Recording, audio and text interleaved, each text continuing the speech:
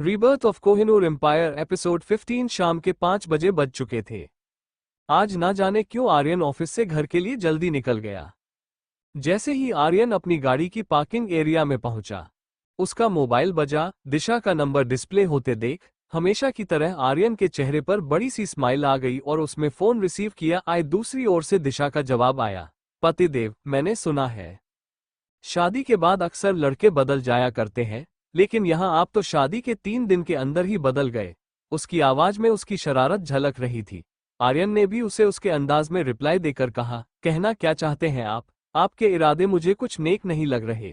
दिशा ने मुस्कुरा कर कहा, इरादे नेक है भी नहीं पतिदेव। उसकी बात सुनकर आर्यन ने शरारती तरीके से खुद से कहा, हाय, इस हुस्न के जाल से कोई तो मुझे बचा ले। दिशा ने कहा, अच्छा अच्छा, बस ज्यादा ओवर एक्टिंग मत करिए और जल्दी घर आइए पतिदेव। दिशा की बात खत्म होते ही आर्यन ने कुछ सोचा और उसने कहा, अच्छा इसका मतलब आज आप हमको बहुत सारा प्यार करने वाली है, इसीलिए इतना याद किया जा रहा है। दिशा हंसने लगी। आर्यन ने रिप्लाई किया, बस मैं घर के लिए ही निकल रहा हूँ, बाय। ये बोल उसने फोन कट कर दिया और खुद से बात करते हुए कहने लगा, मेरा भी मेरे घर पर कोई इंतजार करने लगा है। और उसके चेहरे पर बड़ी सी स्माइल आ गई। उसने गाड़ी स्टॉप की और वहां से निकल गया घर के लिए। आज उसे घर पहुंचने की बहुत जल्दी थी। ऐसा एहसास उसे पहली बार हो रहा था। सिग्नल पर आज काफी ट्रैफिक जाम था। उसने भी अपनी गाड़ी सिग्नल पर रोक दी कि तभी वहां एक फूल बेचने वाली लड़की आई। उसने अपने हाथों में बहुत सारे रेड रोज पकड़ रखे थे। आर्यन की गाड़ी के पास पहुंचकर उसने उसके ग्लास को नॉक किया। आर्यन ने उसकी ओर देखा और ग्लास नीचे किया। उस लड़की ने आर्यन से कहा, भैया, आज आप कितने दिनों बाद मुझे मिले हैं? फिर उसने आर्यन को रोज का बंच पास करते हुए कहा, लीजिए। दिशा दीदी बहुत खुश हो जाएंगी। आर्यन के चेहरे पर स्माइल आ गई और उसने उस बंच को लिया और उसे पैसे दे दिए। उस लड़की ने उसे बाय की और वहां से चली गई। आर्यन भी उसे मुस्कुरा कर तब तक देखता रहा जब तक वो लड़की उसकी आंखों से ओझल ना हो गई। सिग्नल ग्रीन हो चुका था। आर्यन ने अपनी गाड़ी आगे बढ़ा दी और उसने जैसे ही गाड़ी का स्टीरियो ऑन किया, एफएम पर गाना बज रहा था। बहुत प्यार करते हैं तुमको सनम, कसम चाहे ले लो खुदा की कसम। ये गाना सुनकर आर्यन भी गाना गुनगुनाने लगा। दूसरी ओर राशि ने जैसे ही समीर की बात सुनी, वो हड़बड़ा कर उसकी ओर देखने लगी और उसने हैरान होकर कहा, समीर, ऐसा कैसे हो सकता है? मैंने तो सुना है कि रागिनी अब इस दुनिया में नहीं रही। समीर ने परेशान होकर कहा, अगर वो इस दुनिया में नहीं रही तो मुझे वही धुन क्यों सुनाई दे रही है जो मैंने और रागिनी ने कॉलेज में मिलकर बनाई थी? राशि हैरान होकर उसकी ओर देखने लगी। समीर ने अपनी बात कंटिन्यू करते हुए कहा, उस धुन के बारे में मेरे या रागिनी के अलावा किसी को नहीं पता था। तुम ही बताओ, अगर यह रागिनी नहीं तो और कौन है? राशि रागिनी का नाम सुनकर जाने क्यों घबरा गई थी। उसमें समीर से कहा, आयुष शो, यह वही धुन है? समीर बोला, हाँ राशि, यह वही धुन है। राशि चेयर पर बैठ गई और उसने दोनों हाथ से अपने चेहरे को ढक लिया। समीर भी अपनी चेयर पर मौजूद था। उन दोनों को कुछ समझ नहीं आ रहा था कि यह उनके साथ क्या हो रहा है। सबसे बड़े चालबाज के साथ चाल चल रहा है। राशि ने कुछ सोचकर समीर की ओर देखकर कहा, समीर, ऐसा भी तो हो सकता है हमारा कोई दुश्मन हो जो हमारे साथ साजिश कर रहा हो। जैसे दिशा ही आर्यन भी तो हो सकते हैं, हो सकता है तुमने आर्यन से कभी उस धुन को डिस्कस किया हो और उसने दिशा को बताया हो, इस बात का नाजायज फायदा उठा रही हो। समीर ने राशि की ओर देखकर कहा, नहीं राशि, उस धुन के बारे में कोई भी नहीं जानता था, आर्यन भी नहीं, यहां तक कि तुम भी नहीं। राशि ने कुछ सोचकर टेबल पर रखा पानी का गिलास समीर को पास किया और कहा, तुम पहले नॉर्मल हो जाओ, सब ठीक हो जाएगा। समीर ने एक सांस में पानी का गिलास खत्म कर दिया। वो काफी परेशान हो रहा था। फिर उसने टॉपिक चेंज करते हुए राशि से कहा, न जाने क्यों मुझे अजीब सी घबराहट हो रही है और मुझे कुछ समझ में नहीं आ रहा है, मैं क्या करूं? राशि ने उसकी आंखों में आंखें डालकर कहा, समीर, तुम शांत हो जाओ। राशि मन में सोचने लगी, ये रागिनी का चैप्टर कहां से ऊपर हो गया, इसे तो हमने बहुत अच्छी तरह से क्लोज कर दिया था। उसने मन में बात करते हुए कहा, मुझे कैसे भी करके उसकी खास दोस्त तमन्ना तक पहुंचना होगा, वही कुछ बता सकती है। समीर अपनी चेयर पर सर टिकाकर आंखें बंद कर कुछ सोच रहा था। उसने खुद से बात करते हुए कहा, आर्यन भी ठीक ठीक नहीं बता पाया रागिनी के बारे में। ना जाने क्यों मेरा दिल कहता है कि रागिनी अब भी जिंदा है। और उधर राशि मन में बात कर रही थी, मैं अच्छी तरह से शो हूं, कि रागिनी इस दुनिया में नहीं है और उसके बारे में किसी को भी मैंने पता नहीं लगने दिया था। फिर समीर को इतने सालों बाद उस रागिनी की याद कैसे आ गई? ऐसा नहीं होना चाहिए था। मुझे मामले की तह तक पहुंचना ही होगा। दूसरी ओर आर्यन घर पहुंच चुका था। सोना ड्राइंग रूम में मौजूद थे। सोना को देखकर आर्यन वहीं पास रखे सोफे पर बैठ गया। सोना अब भी उसे नाराज थी। वो वहां से उठकर अपने बेडरूम की ओर जाने लगी। आर्यन ने उसका हाथ पकड़कर उसे अपने करीब बैठा लिया और उनके कंधे पर हाथ रखकर बोला, आंटी, आप तो हमेशा मेरी फीलिंग समझते हैं, फिर इस मामले में ऐसा क्यों?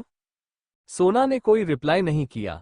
आर्यन उनके कंधे पर सर रखकर बैठ गया और उनका हाथ अपने हाथों में लेकर बोला, आंटी, माँ के बाद एक आप ही हैं जिनसे मैं इतना प्यार करता हूँ।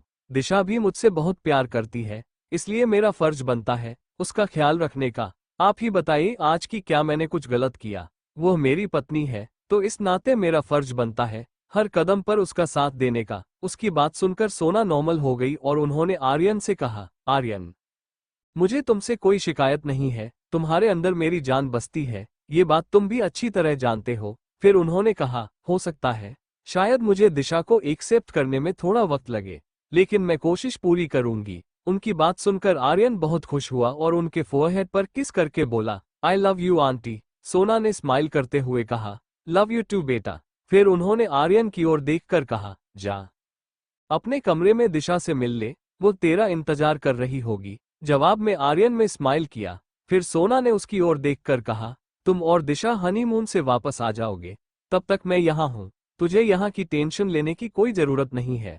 आर्यन बहुत खुश हुआ और उन्हें हग करते हुए बोला, थैंक यू आंटी। और फिर आर्यन उठकर अपने बेडरूम की ओर चला गया। दिशा का सामान आर्यन के बेडरूम में शिफ्ट हो चुका था और वह अपना कबर्ड सेट कर रही थी।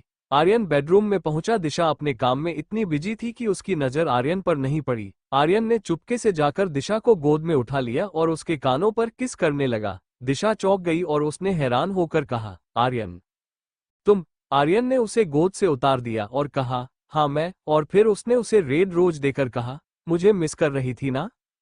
प्रश्नवाचक चिन्ह उद्धरण चिन्ह।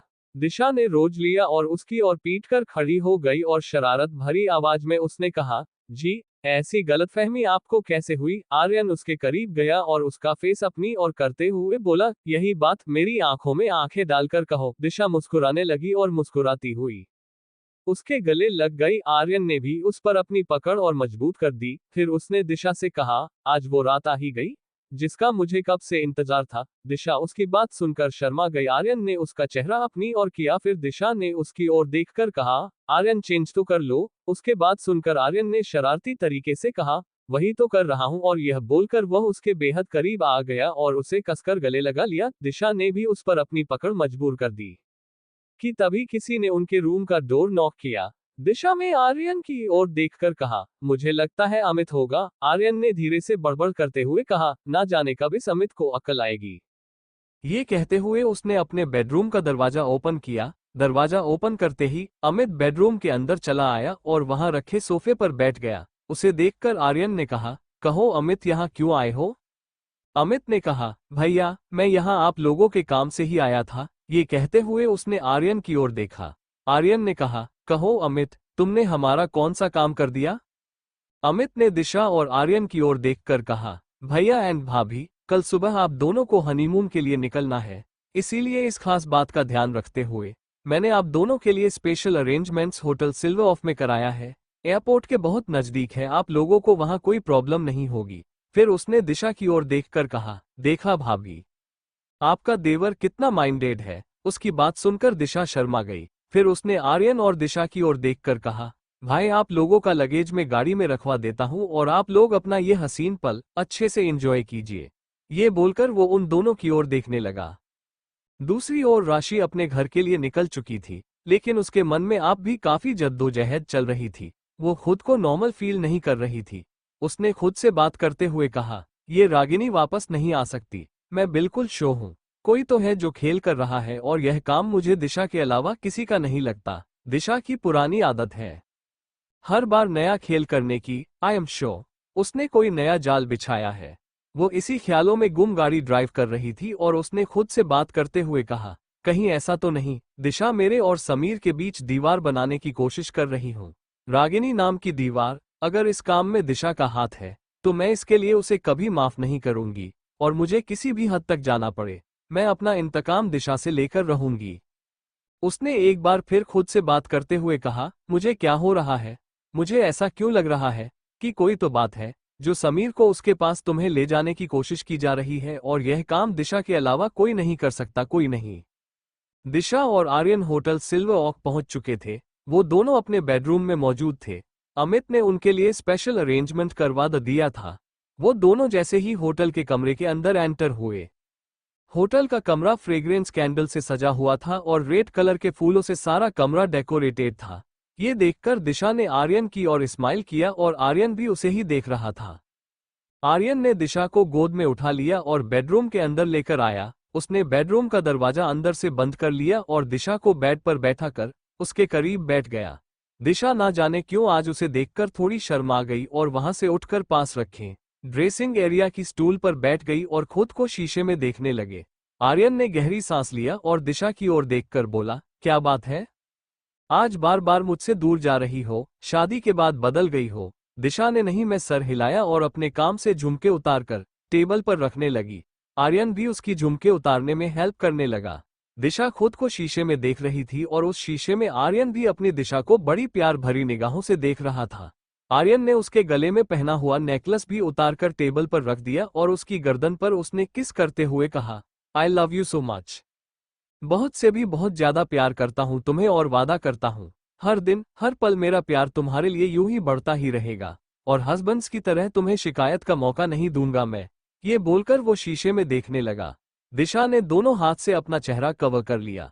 आर्यन ने उसे शीशे में देखकर कहा, मेरी दिशा शर्माती भी है, पहली बार देखा मैंने अपनी दिशा को शर्माते हुए। दिशा ने अब भी दोनों हाथों से अपना चेहरा ढक रखा। आर्यन ने उसकी पीठ पर धीरे से गुदगुदी कर दी, जिससे दिशा बहुत जोर से हंसने लगी। आर्यन ने उसे शीशे में देखकर कहा, यही है मेरी दिशा, इसी लड़की से मैंने प्यार किया था। दिशा भी आर्यन को शीशे में देख रही थी। आर्यन ने उसे गोद में एक बार फिर उठा लिया और उसे गोद में लेकर वो रूम की बालकनी की ओर चला गया। उसने आसमान की ओर देखकर कहा, दिशा देखो ना, आज हमारे प्यार का गवाह फिर एक बार यही चांद बनने वाला है। कहते हुए उसने दिशा को वहां लगे कलरफुल वाटर फाउंटेन के मुंडेर पर बिठा दिया और खुद भी वहां बैठ गया। फाउंटेन में रंग बिरंगी लाइट लगी हुई थी और उससे निकलता पानी बेहद खूबसूरत लग रहा था। ठंडी ठंडी हवाएं उन दोनों को छूकर निकल रही थी। कोहरे से लिपटी हल्की ठंडी सर्द रात थी। कोहरा होने के बावजूद चांद अपनी खूबसूरती के पूरे शबाब में था। आर्यन दिशा की गोद में सर रखकर लेट गया और उसके ओर देखकर बोला, आई लव यू बहुत सारा, बहुत से भी बहुत बहुत ज्यादा। दिशा उसके बालों को शहलाते हुए कहा, mister Jindal I love you 2 3 4 5 6 I love you बहुत सारा। आर्यन हंसने लगा। उसके हंसी देखकर दिशा भी मुस्कुराने लगी।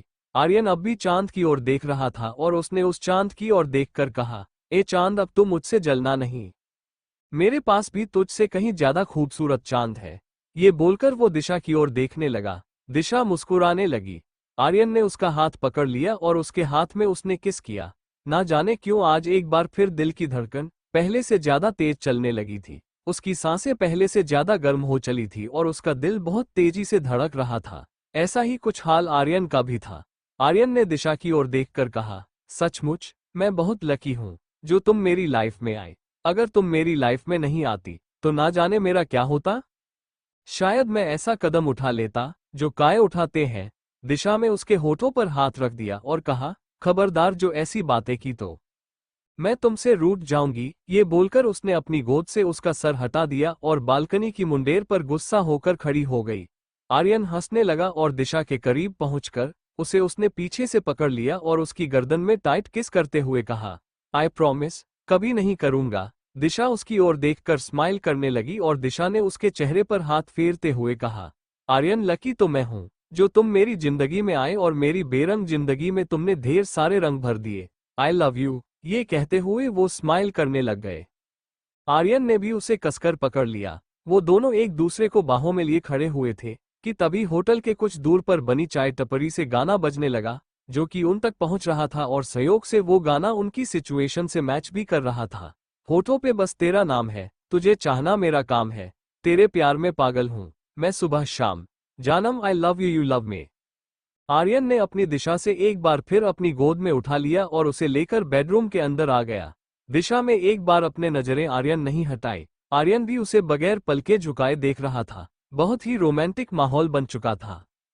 दिशा उसकी ओर देख रही थी। वो उसके करीब गया और उसने उसकी गर्दन में किस किया। दिशा घबरा कर थोड़ी दूर खिसक गई। आर्यन भी उसके और करीब गया और उसने उसके बंधे हुए बालों को खोल दिया और उसके बाल सेट करते हुए कहने लगा, तुम्हारी जुल्फों की चिलमन से तुम्हें देखना मुझे बहुत अच्छा लगता है। और उसने उसकी गर्दन में किस किया। इस बार दिशा जैसे ही पीछे होने को हुई, आर्यन ने उसे अपने आगोश में भर लिया और उसके कानों के करीब आकर धीरे से बोला, मुझे हक है तुम्हें पाने के लिए। मैंने बहुत लंबा इंतजार किया है। मुझे हक है तुम्हारी इन गर्म सांसों को महसूस करने के लिए। मैंने लंबा इंतजार किया है। मुझे हक है तुम्हें इस सर्द रात में महसूस करने का इंतजार मैंने किया है।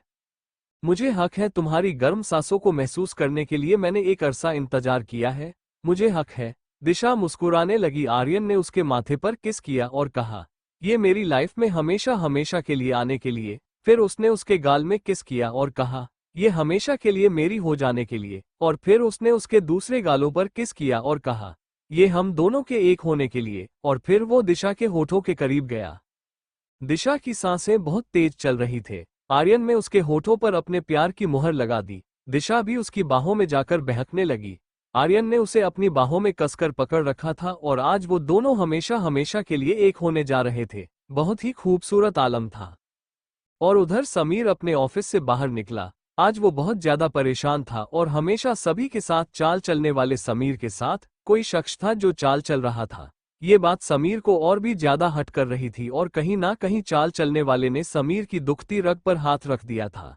समीर भारी कदमों से पार्किंग एरिया की ओर गया और जैसे ही वो अपनी कार के पास पहुंचा, उसकी कार पर एक लेटर रखा हुआ था। उसने जैसे ही उस लेटर को ओपन किया, उसके होश उड़ गए और उसने खुद से बात करते हुए कहा, इतनी खूबसूरत हैंडराइटिंग। ये रागिनी की है। मुझे अच्छे से पता है ये रागिनी की हैंडराइटिंग है। मैं उसके हैंडराइटिंग पहचानने में धोखा नहीं खा सकता। झूठ कहते हैं सारे की, वो मर चुकी है, उसे कुछ नहीं हुआ है। वो अकेले खड़े होकर बड़बड़ाने लगा। उसने उस लेटर को पढ़ना शुरू किया जिस पर लिखा था, डियर समीर, बहुत कोशिश की कि तुम्हें भूल जाऊं और हमेशा हमेशा के लिए तुमसे दूर चली जाऊं, लेकिन क्या करूं, सच्चा वाला इश्क किया था तुमसे। वही सच्चा वाला इश्क मुझे खींचकर एक बार फिर तुम्हारी दुनिया में ले आया है। उस लेटर पर कोई नाम या पता नहीं लिखा था। उसके अंदर एक सूखा हुआ लाल गुलाब का फूल समीर को मिला। उसे देखकर वो ना जाने क्यों बहुत ज्यादा इमोशनल हो गया और उसने उस गुलाब को अपने सीने से लगाकर कहा, लौट आओ रागिनी, लौट आओ। तुम्हारे बिना तुम्हारा समीर बहुत अकेला हो चुका है। उसकी आंखें नम हो चली थी कि तभी वहां सिक्योरिटी गार्ड पहुंच गया और उसने समीर की ओर देखकर कहा, सर, अब तक आप निकले नहीं, इतनी रात तक आप ऑफिस में हैं? वो सिक्योरिटी गार्ड को देखकर समीर ने कहा, क्या अभी अभी कोई लड़की यहां आई थी? वो दिखने में दुबली पतली गोरी सी और उसके लंबे बाल रहे होंगे, बड़ी बड़ी आंखें। सिक्योरिटी गार्ड ने समीर की ओर देखकर कहा, नहीं सर, हम तो एक बार भी गेट छोड़कर नहीं गए, यहां कोई नहीं आया था। समीर ने अपनी आंखें बंद कर ली और सिक्योरिटी गार्ड से कहा, तुम जाओ यहां से। जी साहब, बोलकर गार्ड वहां से चला गया। समीर ने उस लेटर को अपने सीने से लगा लिया और खुद से बात करते हुए कहने लगा, रागिनी, एक मौका तो दो अपने समीर को। कि तभी अचानक उसकी नजर अपने कार के शीशे पर पड़ी जिस पर झुमके रखे हुए थे। उन झुमकों को समीर ने अपने हाथों में लिया और उसे देखकर वो कहने लगा, ये तो रागिनी के झुमके हैं। ये वही झुमके जब मैंने उसके बर्थडे पर उसे प्रेजेंट किए थे। मुझे अभी भी याद है, उसे झुमकों का बड़ा शौक था। ये कहते हुए उसने पागलों की तरह इधर उधर नजर दौड़ाई, लेकिन उसे कोई नजर नहीं आया। उसका मोबाइल फोन बजा। उसने अपनी पॉकेट से मोबाइल निकाला। ये नंबर वही था। उसने फोन रिसीव किया और चिल्लाकर कहने लगा, रागिनी, मुझे पता है तुम वापस लौट आए हो। रागिनी, एक बार मेरे सामने आ जाओ प्लीज। रागिनी, एक बार मुझे बोलने का मौका तो दो। दूसरी ओर से फोन कट हो गया। समीर बहुत ज्यादा परेशान होने लगा। उसे कुछ समझ नहीं आ रहा था वो क्या करे। उसने खुद से बात करते हुए कहा, पुरानी यादें तकलीफ देती है, ये तो सुना था, लेकिन जब ये वापस दिल पर अपनी जगह बना ले तो ये इंसान को तोड़ भी देती है। आज लाइफ में पहली बार समीर मित्तल खुद को टूटा हुआ और अकेला महसूस कर रहा है। वो पागलों की तरह रो रहा था। उसने उस लेटर और झुमके को अब भी अपने सीने से लगाए रखा था। और उधर राशि अपने घर पहुंच चुकी थी। वो बहुत ही ज्यादा परेशान थी। उसे कुछ समझ नहीं आ रहा था वो क्या करे। वो अपने घर की ड्राइंग रूम में आकर सोफे पर बैठी हुई थी और उसके दिलो दिमाग में सिर्फ और सिर्फ रागिनी छाई हुई थी। उसने अपनी आंखें बंद की, उसे रागिनी का खूबसूरत चेहरा दिखाई देने लगा। वही खूबसूरत चेहरा जिससे राशि हमेशा से जलती थी। उसने अपने बालों पर हाथ फेरते हुए खुद से कहा, इतने सालों बाद कौन है जो समीर को एक बार फिर उसका अतीत याद दिला रहा है। हो ना हो ये सोची समझी साजिश के तहत किया जा रहा है। उसके चेहरे पर पसीना छलक आया था। उसे बहुत घबराहट महसूस हो रही थी। उसने खुद से बात करते हुए कहा, अगर ये रागिनी वापस आ गई तो मेरा क्या होगा। दिशा और आर्यन 5 स्टार होटल के उस हनीमून स्वीट में मौजूद थे और आज उन दोनों के चेहरे में एक दूसरे को पा लेने की खुशी थी। आर्यन ने दिशा की ओर देखकर कहा, सचमुच मैं बहुत किस्मत वाला हूँ जो मुझे पत्नी के रूप में तुम मिले। आई लव यू। दिशा भी उसकी ओर देखकर स्माइल करने लगी। आर्यन ने उसे अपनी बाहों में ले लिया और उसकी आंखों में आंखें डालकर बोला, ये प्यार का समा है और हम दोनों इसे सिर्फ बातों में जाया नहीं करेंगे, है ना। इस पल का हमने ना जाने कब से इंतजार जो किया है। दिशा शर्मा गई। आर्यन ने उसे अपनी बाहों में ले लिया और एक बार फिर अपने प्यार की मुहर उसके होठों पर लगा दी और वो दोनों उस पल को महसूस करने लगे जिसके लिए उन्होंने जाने कब से इंतजार किया था।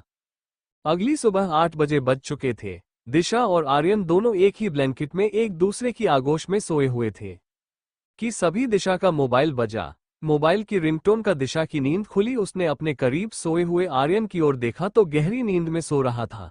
दिशा ने उसके माथे पर किस किया और उसने ब्लैंकेट साइड किया और फिर वॉशरूम की ओर चली गई। उसका फोन भी कट हो चुका था। वॉशरूम जाकर उसने बाथ गाउन पहना और फिर टेबल पर रखा अपना मोबाइल चेक किया। फोन सूरज का था।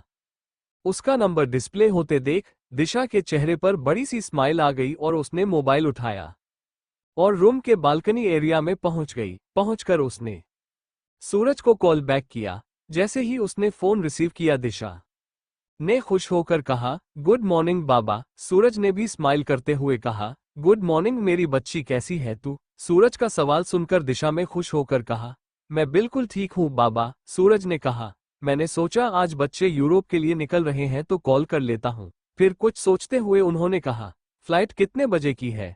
दिशा ने हड़बड़ा कर कहा, oh my God Baba, flight सुबह 10 बजे की है। मैं आपको यूरोप पहुंचकर कॉल लगाती हूँ, बाय। ये बोलकर उसने फोन कट कर दिया और जैसे ही वो बेडरूम के अंदर आए आर्यन पर उसकी नजर गई जो कि अब तक सो रहा था। नींद में भी उसके चेहरे पर एक सुकून था जिसे देखकर दिशा ने खुद से बात करते हुए कहा, सचमुच आर्यन, प्यार में बहुत ताकत होती है। तुम्हारे प्यार ने मेरी जिंदगी बदल दी। दूसरी ओर समीर जॉगिंग से वापस घर आ रहा था कि तभी रास्ते में माता रानी का मंदिर पड़ा जो कि उसके घर के करीब। समीर वहां से जैसे ही गुजर रहा था कि तभी उसके कानों पर आरती गाने की आवाज सुनाई पड़ी। उन शब्दों को सुनकर समीर के कदम वहीं रुक गए और वह भागकर माता रानी के मंदिर के बाहर खड़ा हो गया और उसने खुद से बात करते हुए कहा, मैं शो हूँ। ये रागिनी की आवाज है। यह वही भजन है जिसे रागिनी ने मेरी माँ को गाकर सुनाया था और माँ बहुत खुश हुई थी। ये सोचकर वह मंदिर के अंदर देखने की कोशिश करने लगा। कुछ देर बाद आरती खत्म हो गई और धीरे धीरे कर सारे लोग मंदिर से बाहर आने लगे। समीर मंदिर के बाहर सीढ़ियों पर बैठकर ही सारे लोगों को बड़े गौर से देख रहा था। सारे लोग मंदिर से जा चुके थे। समीर ने खुद से बात करते हुए कहा, मैंने सभी को गौर से देखा लेकिन यहाँ तो रागिनी नहीं थी। फिर आखिरी में पुजारी जी मंदिर से बाहर निकले और मंदिर का पट बंद करने लगे। उन्हें देखकर समीर ने कहा, पुजारी जी, अभी अभी माता रानी की आरती किसने गाया। पुजारी ने मुस्कुराकर जवाब दिया, बेटा वो आरती तो मेरी बेटी ने गाया था। समीर मेहर बढ़ाकर का, कहाँ है आपकी बेटी। पंडित जी ने इधर उधर नजरें घुमाए और एक 16-17 साल की लड़की की ओर देखकर उसने इशारा किया, वो रही मेरी बच्ची। समीर भागकर उस लड़की के पास गया और उसने कहा, अभी अभी तुमने जो आरती गाए तुम्हें किसने सिखाए। उस लड़की ने स्माइल कर रिप्लाई किया, भैया मेरे स्कूल में दीदी आई थी, उन्होंने यह आरती गाकर हम सबको सुनाई थी तो बस मुझे भी याद आ गया। समीर गहरी सांस लेकर बोला, दिखने में वह कैसी थी। गोरी सुंदर सी दुबली पतली, वही दीदी थी। उस लड़की ने थोड़ा याद किया और कहा, भैया मैं उनका चेहरा ठीक तरह से देख नहीं पाई क्योंकि उनकी आवाज इतनी प्यारी थी कि मैं तो उनकी आरती सुनकर उनमें ही खो गई थी। समीर ने खुद से बात करते हुए कहा, रागिनी हर जगह तुम्हारे होने का एहसास हो रहा है। फिर उस लड़की ने समीर की ओर देखकर कहा, क्या बात है भैया, समीर ने नहीं मैं सर हिलाया और वहां से चला गया। समीर भारी कदमों से अपने घर वापस लौट आया और उसे तो रह रहकर रागिनी की याद आ रही थी। वो जैसे ही अपने घर के ड्राइंग रूम में पहुंचा, सामने राशि मौजूद थी। आज उसने लाइट पिंक कलर की साड़ी कैरी की हुई थी। उसे साड़ी में देखकर समीर ने खुद से बात करते हुए कहा, अब ये कौन सा नया नाटक करने वाली है। समीर अपने ड्राइंग रूम में रखे सोफे पर आकर बैठ गया। राशि ने उसकी ओर देखकर कहा, तुमने मुझे नोटिस नहीं किया, मैंने साड़ी पहनी है। ये बात सुनकर समीर ने फेक स्माइल देकर कहा, क्या बात है, आज तुमने साड़ी पहन रखी है, क्या मैं कारण जान सकता हूँ। राशि ने खुश होकर कहा, जी हाँ, क्योंकि कुछ ही देर में तुम्हारे पेरेंट्स दिल्ली आ रहे हैं। ये सुनकर समीर परेशान हो गया और उसने कहा, तुम्हें ये किसने कहा। मैंने घर नहीं बुलाया, राशि ने स्माइल करते हुए कहा। उनकी होने वाली बहू ने बुलाया है और वो मुझसे फोन पर बात करके बहुत खुश हुए। ये कहते हुए वो समीर के पास जाकर बैठ गई। समीर उसकी यह बात सुनकर बहुत परेशान हो गया। रांची में उसके कंधे पर थपकी मारते हुए कहा, तुमने तो मुझसे कहा था तुम्हारे पेरेंट्स बहुत पुराने ख्यालों के हैं और पहुंच रीति रिवाजों को मानते हैं, लेकिन मुझे तो ऐसा कुछ नहीं लगा। झूठ क्यों कहा तुमने। समीर को उसकी बातें सुनकर इरिटेशन हो रही थी। उसने तेज आवाज में राशि को चिल्ला कर कहा, क्या जरूरत थी तो मैं उन्हें यहाँ बुलाने की। उन्हें बुलाने के पहले तुम्हें मुझसे एक बार पूछना तो चाहिए था। राशि ने उसकी ओर देखकर कहा, क्या बात है समीर, हर वक्त तुम मुझे डांटते रहते हो, मुझ पर सिर्फ अपनी नफरत की आजमाइश करते रहते हो, क्या हो गया है तुम्हें। क्या तुम वही समीर हो जिससे मैंने प्यार किया था। समीर ने गहरी सांस ली और उसने अपनी आवाज कंट्रोल करते हुए कहा, राशि प्लीज ट्राई टू अंडरस्टैंड, एक बात तो तुम्हें मुझसे पूछ लेना चाहिए था ना। ये बोलकर वो सोफे पर अपना सर टीका कर बैठ गया। राशि ने उसकी ओर देखकर कहा, मुझे लगा तुम भी चाहते हो कि जल्द से जल्द हमारी शादी हो जाए, बस इसीलिए मैंने उन्हें कॉल किया। मैंने तुम्हारे मोबाइल से उनका नंबर निकाल लिया था। समीर ने राशि की ओर देखकर कहा, राशि मैं अभी बहुत परेशान चल रहा हूँ। राशि ने उसका सर दबाकर कहा, मैं परेशानी दूर कर देती हूँ। समीर ने उसका हाथ पकड़कर कहा, नहीं राशि तुम आओ बैठो मेरे साथ। ये बोलकर उसने उसे अपने करीब बैठा लिया और उधर दिशा वॉशरूम से नहाकर आ चुकी थी। उसके गीले बालों से पानी उसके चेहरे पर आ रहा था। वो अपने कुर्ते की चैन बंद करने की कोशिश कर रही थी, लेकिन वो बंद नहीं कर पा रही थी। उसकी चूड़ियां बार बार खनक रही थी कि तभी आर्यन की नींद खुली और उसने आधी खुली आंखों से दिशा को देखा, जो कि अपने कुर्ते की चैन बंद करने की जद्दोजहद में लगी हुई थी और उसके गीले बालों से पानी की बूंदें उसके चेहरे पर टपक रही थी, जो कि उसकी खूबसूरती में और भी ज्यादा चार चांद लगा रही थी। आर्यन उठकर दिशा के पास गया। आर्यन को सामने देखकर दिया ने दीवार की ओर पीठ कर लिया और उसे देखकर स्माइल करने लगी। आर्यन ने उसका हाथ पकड़कर अपने करीब लाया और उसकी चैन बंद कर दी। दिशा ने उसकी आंखों में आंखें डालकर कहा, गुड मॉर्निंग आर्यन। आर्यन ने उसके होठों पर किस किया और धीरे से कहा, गुड मॉर्निंग, अब से मुझे गुड मॉर्निंग ऐसे ही कहना। दिशा शर्मा गई और उसने कहा, आर्यन तुम बड़े शरारती हो गए हो। कल रात तुमने मुझे कितना परेशान किया। झूठ का गुस्सा करती हुई दिशा ड्रेसिंग टेबल के सामने लगी स्टूल पर बैठ गई और अपने बाल सेट करने लगी। आर्यन भी उसके करीब जाकर खड़ा हुआ और उसके गीले बालों को सहलाते हुए कहने लगा, अच्छा, और जो तुमने मुझे परेशान किया है उसका क्या। ये देखो मेरे पास सॉलिड प्रूफ है। ये कहते हुए उसने अपनी गर्दन की ओर इशारा किया। लव बाइट देखकर दिशा शर्मा गई और फिर उसने टॉपिक चेंज करते हुए कहा, जल्दी से रेडी हो जाओ वरना हम लेट हो जाएंगे। आर्यन ने उस पर अपनी पकड़ मजबूत करते हुए कहा, अच्छा, इतनी बेचैनी है हनीमून पर चलने की। बार दिशा ने भी उसे उसके अंदाज में जवाब देते हुए कहा, क्यों नहीं रहेगी, आपको पाने के लिए मैंने बहुत इंतजार किया है, तो बेचैनी होना भी तो लाजमी है। आर्यन मुस्कुराने लगा। दूसरी ओर समीर अपने घर पर मौजूद था। राशि भी उसके साथ मौजूद थी। उन दोनों की बातचीत चल ही रही थी कि तभी घर की डोर बेल बजी। समीर मन में कहने लगा, बेटा समीर, इस बार राशि ने तुझे अच्छा फंसा दिया। राशि ने खुश होकर समीर से कहा, लगता है तुम्हारे मॉम डैड आ गए। ये बोलकर उसने डोर ओपन किया और उसने बिल्कुल संस्कारी लड़की की तरह साड़ी के आंचल संभालकर उनके पैर छुए। समीर की मां शगुन राशि को देखकर बहुत खुश हुई और समीर के डैड आलोक भी। राशि ने उन दोनों को बड़े अदब के साथ घर के अंदर आने का इशारा किया। शगुन और आलोक घर के अंदर आ गए और सोफे पर बैठ गए। समीर ने भी उन दोनों के पैर छुए। शगुन समीर के गले लगकर कहने लगी, मुझे राशि बहुत पसंद है, कितनी प्यारी बच्ची है। ये बोल वह भी सोफे पर बैठ गए। समीर ने उनकी बातों का कोई रिप्लाई नहीं दिया। उसके चेहरे पर उसकी टेंशन साफ समझ आ रही थी। उसने नौकर को आवाज देते हुए कहा, पानी लेकर आना।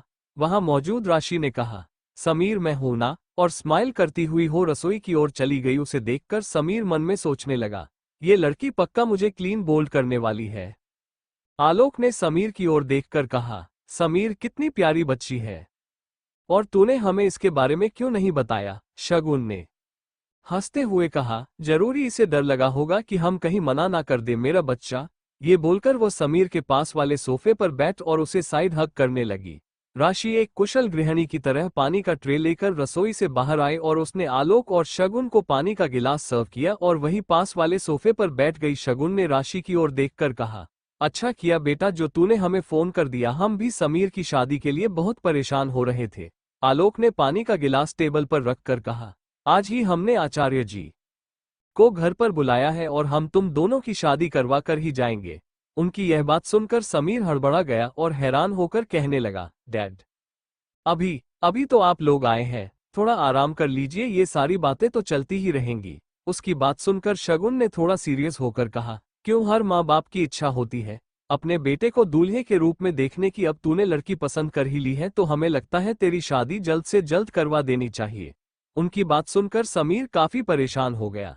समीर मन में सोचने लगा, मुझे राशि से किसी कीमत में शादी नहीं करनी है, ये बात मैं अपनी माँ बाबा को कैसे समझाऊं।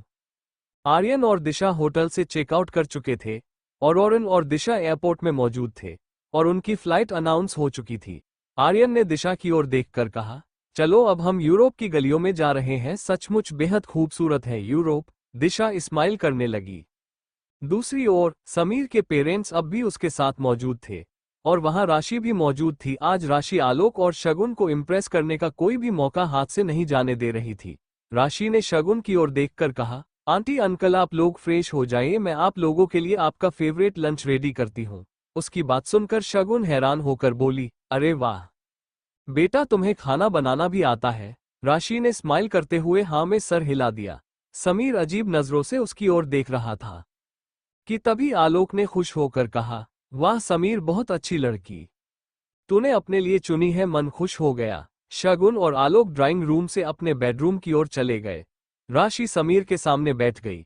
समीर ने उसे घूर कर देखा और कहा, तुम्हें खाना बनाना कब से आने लगा मैडम? राशि ने स्माइल करते हुए कहा, आजकल इंटरनेट का जमाना है मिस्टर समीर। ये बोलकर उसने स्माइल किया और वहां से रसोई की ओर चली गई। उसके वहां से जाने के बाद समीर खुद से बात करते हुए कहने लगा, इस राशि से बचने के लिए अब मैं कौन सा नया रास्ता अख्तियार करूं, इसने तो मुझे हर तरफ से फंसा दिया है। दूसरी ओर सूरज, निशा और दादी डाइनिंग टेबल पर मौजूद थे। दादी ने अपने नाश्ते की प्लेट देखकर सूरज से कहा, आज नाश्ते में फिर से दलिया बना है, मुझे नहीं खाना दलिया। ये बोलकर वह गुस्सा होकर अपने बेडरूम में चली गई। उनके जाने के बाद निशा के चेहरे पर उसके परेशानी के भाव आ गए। उसने सूरज की ओर देखकर कहा, माँ को आप ही समझाइए, जब से दिशा की शादी हुई है माँ बात बात में गुस्सा करने लगी है। ये बोलकर निशा परेशान होने लगी।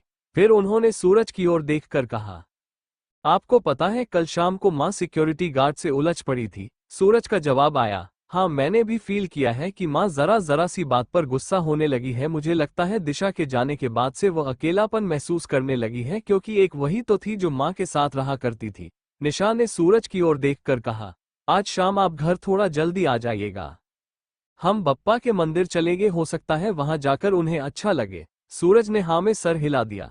फिर उसने निशा की ओर देखकर कहा, तुम माँ को देख लो और उन्हें दवाई टाइम से दे देना, मैं ऑफिस के लिए निकलता हूँ, बाय। ये बोलकर सूरज वहां से निकल गया। दूसरी ओर दिशा गाड़ी की विंडो से काफी एक्साइटेड होकर पेरिस देख रही थी। आर्यन में उसके करीब आ गया और उसे रोड की ओर इशारा करते हुए कहा, ये हार्टस्टोन रोड है। दिशा वहां की ऊंची ऊंची इमारतें देख रही थी। वैसे तो दिशा ने ये सब न्यूयॉर्क में पहले भी देखा हुआ था, लेकिन आज ना जाने क्यों पेरिस में आकर उसे बहुत अच्छा लग रहा था और आर्यन का साथ उसे बहुत ही ज्यादा खुशी दे रहा था। गाड़ी ड्राइव कर रहा जॉनसन एक बार फिर अपनी हिंदी में बोला, जिंदल सर, आपको मैडम के साथ रोमांटिक स्ट्रीट जाना चाहिए। आर्यन ने रिप्लाई किया, यस मिस्टर जॉनसन, हम जरूर जाएंगे। उन दोनों की बातचीत चल ही रही थी भी आर्यन का फोन बजा। फोन रंजीता का था। आर्यन ने जैसे ही रंजीता का फोन रिसीव किया, रंजीता ने कहा, बेटा कैसे हो तुम? क्या तुम यूरोप चुके हो? आर्यन ने रिप्लाई किया। हाँ माँ, हम पेरिस में हैं, क्रिस्टल होटल में, रंजीता ने शिकायती लहजे में कहा। ठीक है, अभी तुम हनीमून के लिए आए हुए हो, इसलिए मैं तुम्हारी प्राइवेसी डिस्टर्ब नहीं करूंगी, लेकिन तुम्हें घर पर रुक कर जाना होगा। आर्यन का जवाब आया, बिल्कुल माँ, आपसे मिलने के लिए ही तो मैंने यूरोप ट्रिप बनाई है। रंजीता ने मुस्कुरा कर कहा, ठीक है, तुम दोनों पेरिस घूम लो, उसके बाद तुम्हें माँ के पास आना है ना? आर्यन ने स्माइल करते हुए कहा। हाँ माँ, आप मुझे अपना एड्रेस भेज दीजिए, मैं अभी फोन रखता हूँ, बाय। ये बोलकर उसने फोन कट कर दिया। जॉनसन ने एक बड़ी सी बिल्डिंग के सामने अपनी गाड़ी रोक दी और पीछे पलटकर आर्यन की ओर देखकर उसने कहा, सर आपका होटल आ गया है। आर्यन दिशा के साथ गाड़ी से उतर गया और उसने जॉनसन की ओर देखकर कहा, I will call you mister Johnson. Johnson ने उसे थम्स अप किया और वहां से चला गया। आर्यन दिशा के कंधे पर हाथ रखकर होटल के रिसेप्शन में पहुंचा और रिसेप्शन में जाकर उसने अपने रूम की चाबी मांगी कि तभी वहां एक इंडियन आदमी आर्यन के पास पहुंचा और वो बड़े गौर से उसका चेहरा देखने लगा। आर्यन ने उसकी ओर देखकर कहा, आर यू इंडियन? उस आदमी ने कोई रिप्लाई नहीं किया और वहां से चला गया। उसके जाने के बाद आर्यन ने खुद से बात करते हुए कहा, अजीब बात है। फिर उसने रिसेप्शन से अपनी चाबी ली और दिशा को लेकर अपने रूम की ओर चला गया। और उधर रंजीता खुद से बात करती हुई कहने लगी, मुझे वक्त रहते आर्यन को सारी सच्चाई बता देना चाहिए, अगर उसे कहीं और से ही पता लगेगा तो उसे बुरा लगेगा, इसलिए मैं ही उसे सारी सच्चाई खुद ब खुद बता दूंगी। और उधर आर्यन जैसे ही दिशा के साथ अपने होटल के रूम में पहुंचा, रूम बेहद आलीशान था और वहां एक बड़ी सी बालकनी थी जहां से पेरिस का नजारा देखा जा सकता था। होटल के रूम में पहुंचकर आर्यन ने दिशा को कसकर पकड़ लिया और उसकी आंखों में आंखें डालकर कहने लगा, क्या सोच रही है मिसेस जिंदल? दिशा में शरारती तरीके से रिप्लाई किया, कुछ भी तो नहीं। उन दोनों की बातचीत चल ही रही थी कि तभी वहां किसी ने उनका रूम नॉक किया। मैं देखता हूं। ये बोलकर आर्यन ने दरवाजा ओपन किया। सामने इंडियन वेटर मौजूद था। उसे देखकर आर्यन के चेहरे पर बड़ी सी स्माइल आ गई और वह भी आर्यन को देखकर बहुत खुश हुआ।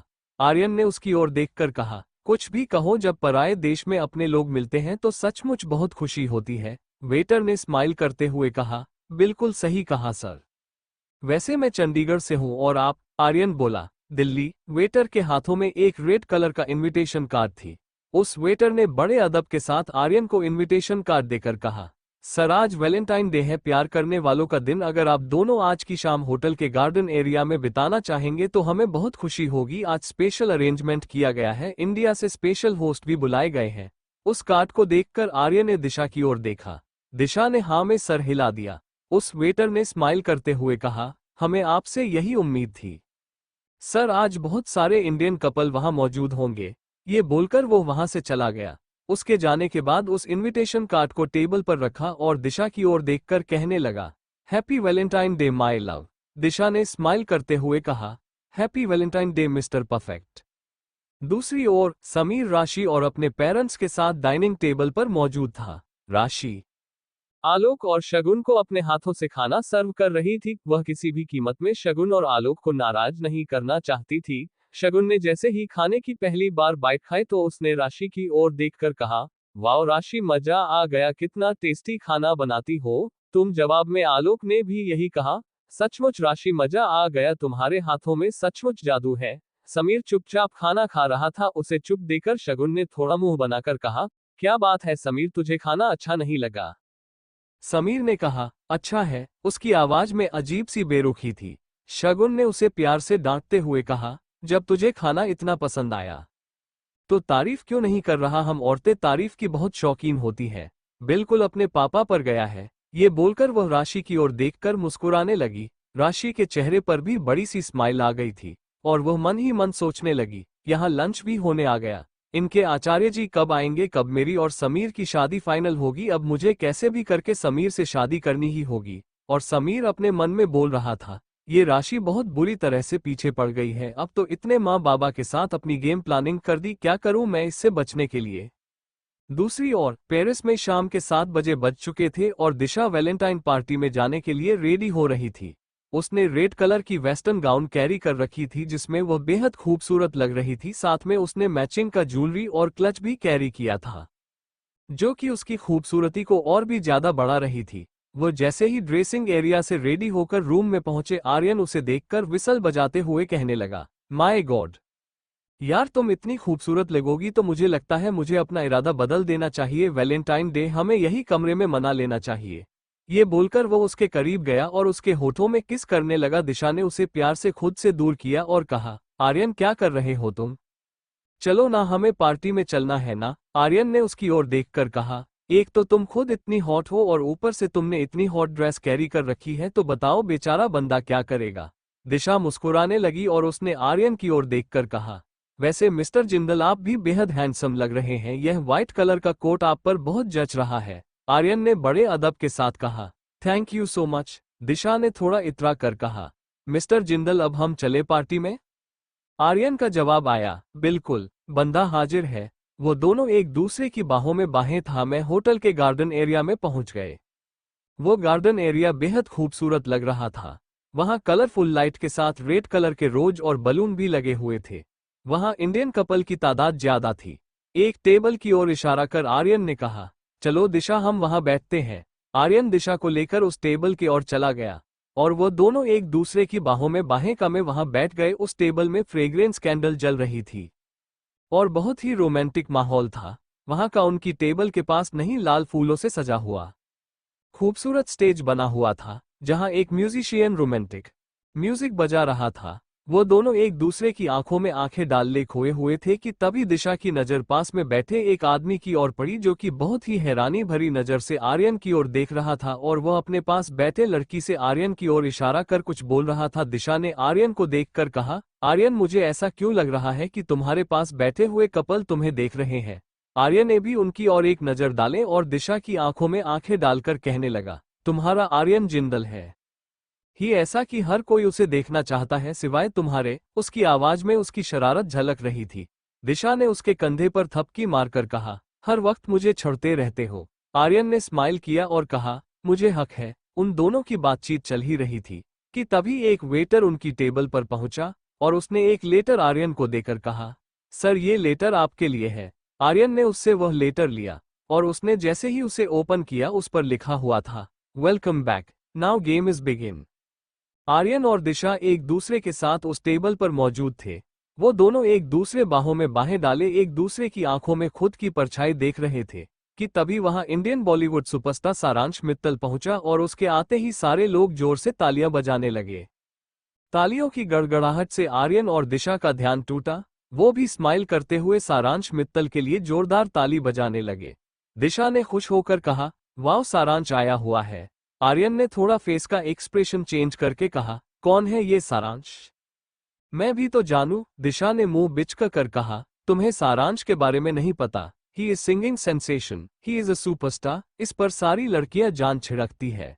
आर्यन को दिशा के मुंह से अनजान मर्द की तारीफ सुनना अच्छा नहीं लगा, या यूं कह लीजिए उसे जलन हुई, क्योंकि उसका प्यार किसी और की तारीफों के पुल जो बना रही थी।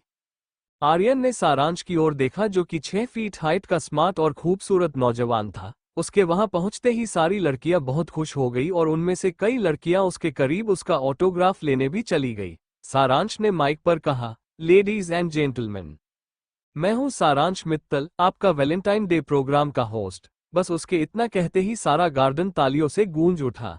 सारांश ने माइक पर अपने अंदाज में कहा, मुझे परदेस आकर अपने इंडियन दोस्तों से इतना प्यार पाकर जो खुशी मिलती है ना, उसे मैं शब्दों में बयां नहीं कर सकता। दिशा भी जोर जोर से तालियां बजा रही थी कि अचानक सारांश के नजर दिशा पर पड़ी और उसे देखते ही सारांश स्टेज से उतरकर उनके टेबल के करीब चला गया और आर्यन और दिशा को देखकर उसने कहा, हमारे इंडिया के कोहिनूर तो इस टेबल पर मौजूद है। ये असली कोहिनूर है। सबसे पहले तालियां तो असली कोहिनूर के लिए होनी चाहिए। Mister Aryan Jindal and message Disha Aryan Jindal. उसके इतना कहते ही सभी जोरदार तालियां बजाने लगे। बहुत ही खुशनुमा माहौल बन चुका था। आर्यन और दिशा उठकर खड़े हुए और सभी की ओर देखकर उन्होंने हाथ हिलाया। दिशा ने सारांश से कहा, मिस्टर सारांश, मैं आपकी इतनी बड़ी फैन हूं कि मैं आपको बता नहीं सकती। मैंने आपकी सारी मूवीज देखी है। आपके सारे डायलॉग्स मुझे मुंह जबानी याद है। दिशा बिल्कुल छोटे बच्चों की तरह पेश आ रही थी। सारांश ने बड़े अदब से उसका हाथ पकड़ने के लिए अपना हाथ आगे किया। दीक्षा भी बड़ी सी स्माइल के साथ उसके हाथों में अपना हाथ रख दिया और सारांश उसका हाथ पकड़कर खूबसूरत स्टेज पर लेकर चला गया। टेबल पर मौजूद आर्यन बड़बड़ाते हुए बोला, बड़ा आया बॉलीवुड स्टार, ऐसे किसी की बीवी का हाथ पकड़कर कोई लेकर जाता है क्या? कि तभी सारांश ने माइक पर कहा, मैं बहुत लकी हूँ, जिनकी फैन सारी दुनिया है, वो मेरी फैन है। सारांश ने दिशा के सामने माइक पास किया और कहा, मैडम, अगर आप मेरी कोई सी भी मूवी का डायलॉग मुझे सुनाएंगे तो मुझे बहुत अच्छा लगेगा, और आपका डायलॉग ऐसा होना चाहिए जिससे आपके प्यार की गहराई, आपके प्यार को पता चले। ये कहते हुए सारांश ने दूर टेबल पर बैठे आर्यन की ओर इशारा किया। दिशा ने हाँ में सर हिलाया और उसने अपना गला साफ करते हुए कहा, फॉरएवर वाला इश्क तुमसे एवरी टाइम करना चाहता हूँ। तुम्हारा ही चेहरा एवरीवेयर और एवरी टाइम देखना चाहता हूँ। तुमने सोच कैसे लिया कि मैं नाराज हूँ तुमसे? मैं तो ऑल टाइम तुम्हारी नजरों में अपने लिए फॉरएवर वाला इश्क देखना चाहता हूँ, क्योंकि मैं तो तुमसे फॉरएवर वाला इश्क एवरी टाइम करना चाहता हूँ। कायनात ने मिलाया है तुमको हमसे, ये बात मैं तुम्हें एवरी टाइम याद दिलाना चाहता हूँ। मैं तो एवरी टाइम एंड एवरीवेयर सिर्फ तुम्हें ही देखना चाहता हूँ। कैसे सोच लिया तुमने तुम्हारा दीवाना तुमसे इस तरह रूठ जाएगा कि तुम्हारे बुलाने से भी ना आएगा? मैं तो फॉरएवर वाला इश्क एवरी टाइम एवरीवेयर चाहता हूँ। दिशा की आवाज में उसकी फीलिंग छिपी हुई थी। उसकी आंखें आर्यन के लिए उसका बेइंतहा प्यार बयां कर रही थी। उसने सारांश की मूवी का डायलॉग इतना संजीदा होकर कहा कि एक बार के लिए वहां मौजूद सारे लोग उसके उस डायलॉग में खो से गए। आर्यन भी काफी सीरियस होकर अपनी दिशा की बात ही सुन रहा था। आर्यन अपने सीट से उठकर खड़ा हुआ और जोर से तालियां बजाने लगा। दिशा के चेहरे पर बड़ी सी स्माइल आ गई। सारांश ने माइक पर कहा, मिस्टर जिंदल, मैडम ने अपने प्यार का इकरारनामा हम सबके सामने कर दिया है, अब आपकी बारी है। आप क्या करने वाले हैं? आर्यन ने स्माइल किया और स्टेज की ओर चला गया और उसके वहां पहुंचते हैं सारांश ने माइक पर कहा, हम सब जानना चाहेंगे कि मिस्टर आर्यन जिंदल आशिकी में कैसे हैं। हालांकि हम सभी को पता है कि बिजनेस में मिस्टर आर्यन जिंदल नंबर 1 है, लेकिन हम एक बार उनका लव साइड भी देखना चाहेंगे। ये कहते हुए सारांश में अपना माइक आर्यन की ओर कर दिया। आर्यन ने माइक पर कहा, आई लव यू दिशा, तुम्हें पता है मुझे बहुत ज्यादा सीरियस बातें करना और अपनी फीलिंग शेयर करना नहीं आता, लेकिन मैंने एक रास्ता निकाला है तुम्हें अपने दिल की बात बताने का। आई होप तुम्हें अच्छा लगेगा। उसकी इस बात को सुनकर दिशा सवालिया नजरों से आर्यन की ओर देखने लगी। सारांश भी उसे ही देख रहा था। सारांश ने माइक पर कहा, वैसे मिस्टर जिंदल आप करने क्या वाले हैं?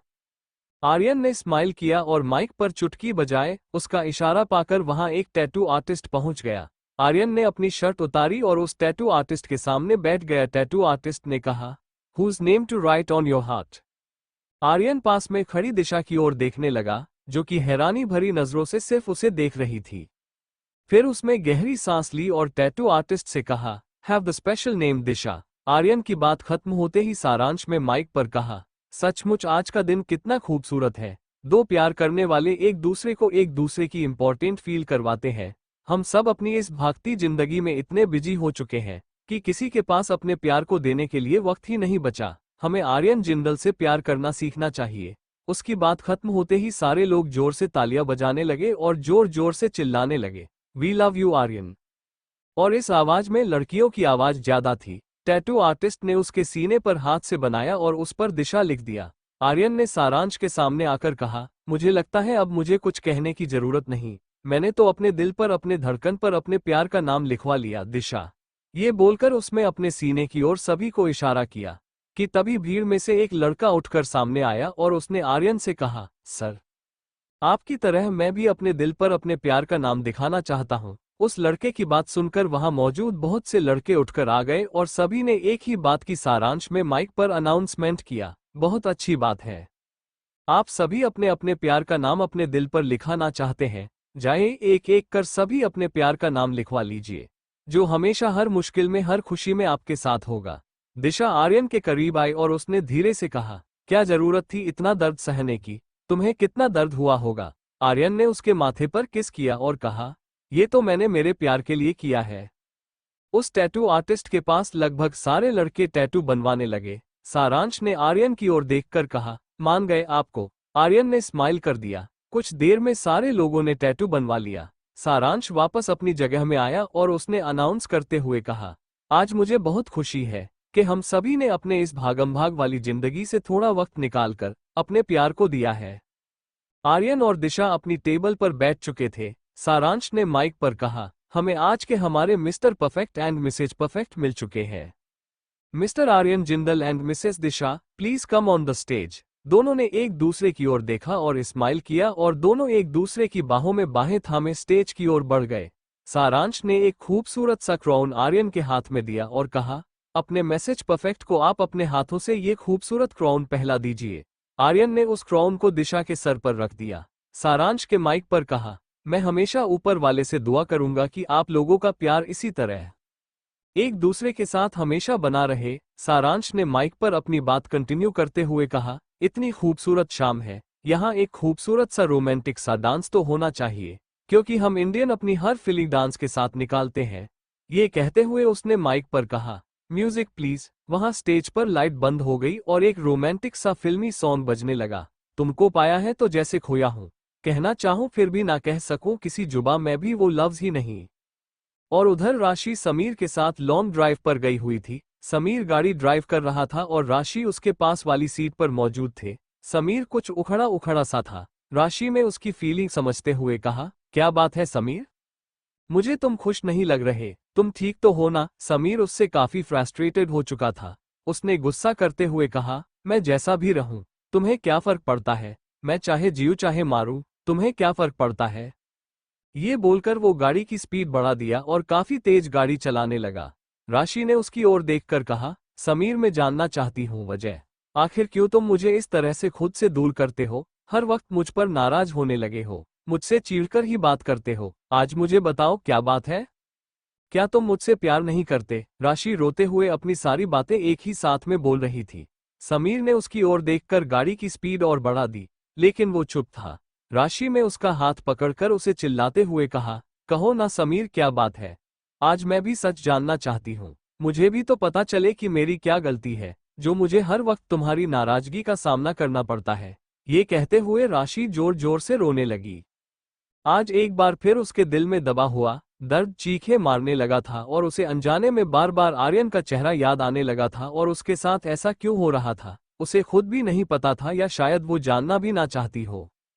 समीर ने सीरियस होकर कहा, राशि मैं थोड़ा परेशान हूं और प्लीज बेहतर होगा तुम शांत बैठो। राशि नम आंखों से उसकी ओर देख रही थी और उसने अपने आंसू पोंछने और समीर से कहा, मुझे मेरी करने की सजा ही मिल रही है। समीर प्लीज साइड में गाड़ी रोक दो, यहां से मैं खुद चली जाऊंगी। समीर ने उसकी ओर देखकर कहा, कैसी बातें कर रही हो राशि? राशि ने जोर से अपना हाथ झटका और उन दोनों की बातचीत चल ही रही थी कि सभी राशि के हाथ से गाड़ी का स्टीरियो अपने आप बजने लगा।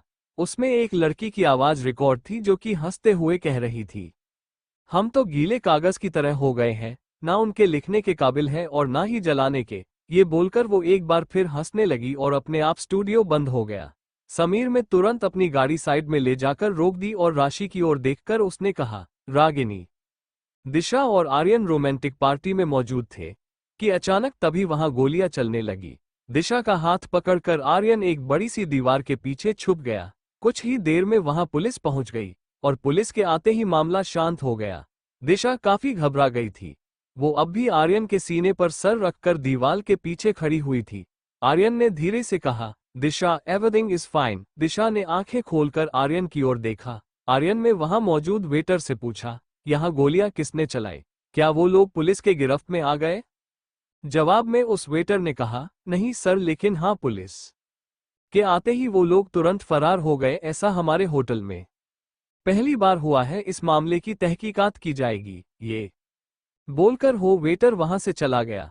उस वेटर के जाने के बाद दिशा ने आर्यन की ओर देखकर कहा, मुझे इस होटल में एक पल भी नहीं रुकना, क्या हम किसी दूसरे होटल में चल सकते हैं? आर्यन ने कहा, लेकिन दिशा ये पेरिस का सबसे खूबसूरत होटल है। दिशा काफी घबरा चुकी थी। उसने जवाब दिया, प्लीज आर्यन, क्या हम कहीं और चल सकते हैं? इस होटल में कभी भी किसी भी वक्त कुछ भी हो जाता है, प्लीज आर्यन, हम यहाँ नहीं रुकेंगे। उसकी आवाज में उसकी घबराहट झलक रही थी। आर्यन ने कहा, अच्छा ठीक है बाबा, कम से कम रूम तो चलो ताकि मैं अपने लैपटॉप से कोई दूसरा होटल बुक कर सकूं। दिशा ने हाँ में सर हिलाया और वो दोनों वहां से अपने रूम के लिए निकल गए। वहां पहुंचकर आर्यन ने अपना लैपटॉप ओपन किया और तुरंत दूसरा होटल बुक कर लिया। फिर उसने दिशा की ओर देखकर कहा, यहाँ एक और होटल काफी अच्छा है, होटल पैराडाइस, हम वहां चलते हैं, वो भी इंडियन होटल है। दिशा ने हाँ में सर हिलाया और वो लोग वहां से चेक आउट कर गए। दूसरी ओर समीर अपने बेडरूम में मौजूद था। और सालों बाद उसने अपने कबर्ड से एक बॉक्स निकाला। उस बॉक्स को ओपन किया। उस बॉक्स में कुछ ग्रीटिंग और कुछ डायरी के पन्ने हैं और उसके अलावा सूखे हुए गुलाब और झुमका भी था। समीर ने झुमका अपने हाथों में लिया और उसे नम आंखों से देखने लगा। फिर उसने ग्रीटिंग देखी और आंख बंद कर अपनी चेयर पर टिक कर बैठ गया। उसे बार बार एक लड़की के चिल्लाने की आवाज आ रही थी, जो कि जोर जोर से बोल रही थी, समीर तुम कब सुधरोगे, कब तुम प्यार को लेकर सीरियस होगे, मुझे तो लगता है जब मैं चली जाऊंगी तब तुम्हें मेरी वैल्यू समझ आएगी। और फिर उस लड़की का जोर से हंसना बार बार समीर को याद आ रहा था। समीर की आंखों से आंसू आने लगे। समीर ने खुद से बात करते हुए कहा, नहीं रागिनी, मुझे तुम्हारी वैल्यू उस समय भी थी और आज भी है, कहाँ हो तुम, क्यों मुझे इस तरह से परेशान कर रही हो, आ जाओ ना। कि तभी उसका मोबाइल बजा और फोन उसी नंबर से था।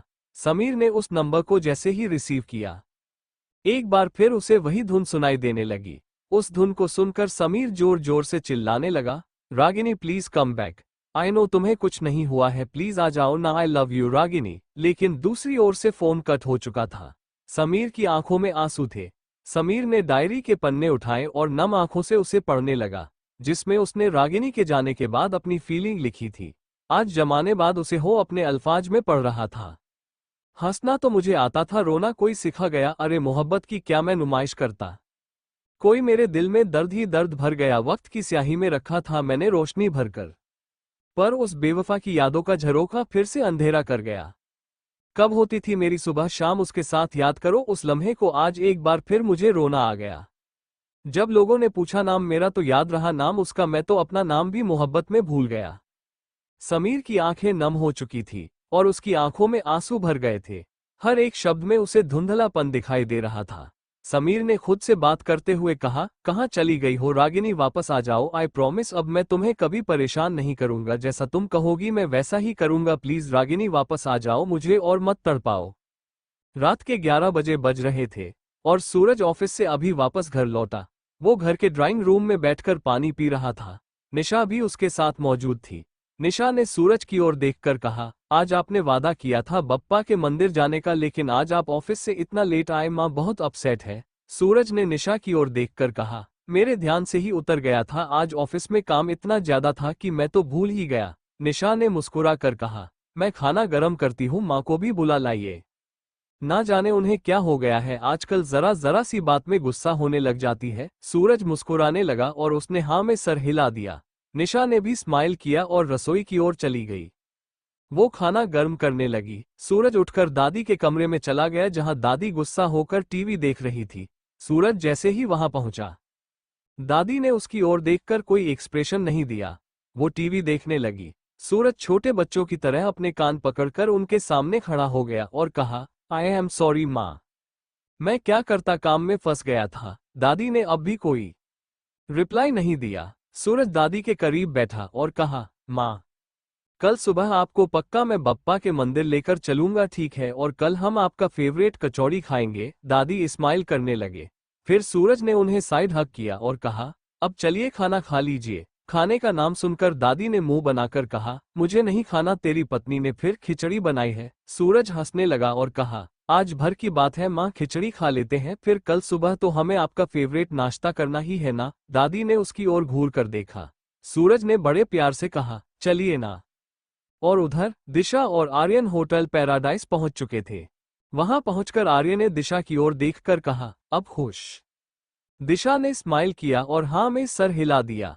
आर्यन उसके करीब गया और उसकी आंखों में आंखें डालकर शरारती तरीके से बोला, तो मेरा इनाम तो मुझे मिलना चाहिए ना।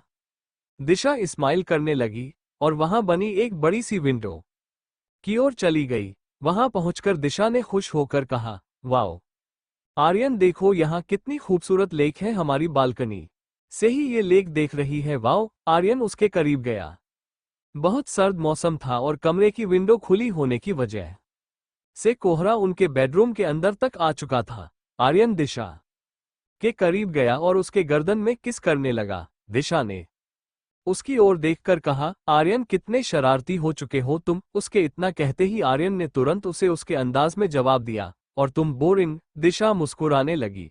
आर्यन ने उसकी ओर देखकर कहा, मेरी बीवी शादी के बाद इतनी बोरिंग होने वाली है, अगर मुझे पहले पता होता तो मैं तुमसे शादी ही नहीं करता, हम लिविंग रिलेशन में रहते। ये कहते हुए आर्यन ने उसे गोद में उठा लिया और उसकी आंखों में देखने लगा। दिशा ने उसे रिप्लाई किया, अगर मुझे पता होता मेरा आर्यन शादी के बाद इतना शरारती होने वाला है तो मैं। ये बोलकर दिशा चुप हो गई और मुस्कुराने लगी। आर्यन बोला, तो तुम क्या करती? दिशा ने शरारती तरीके से कहा, फिर मैं तुमसे और जल्दी शादी कर लेती। ये बोलकर को हंसने लगी।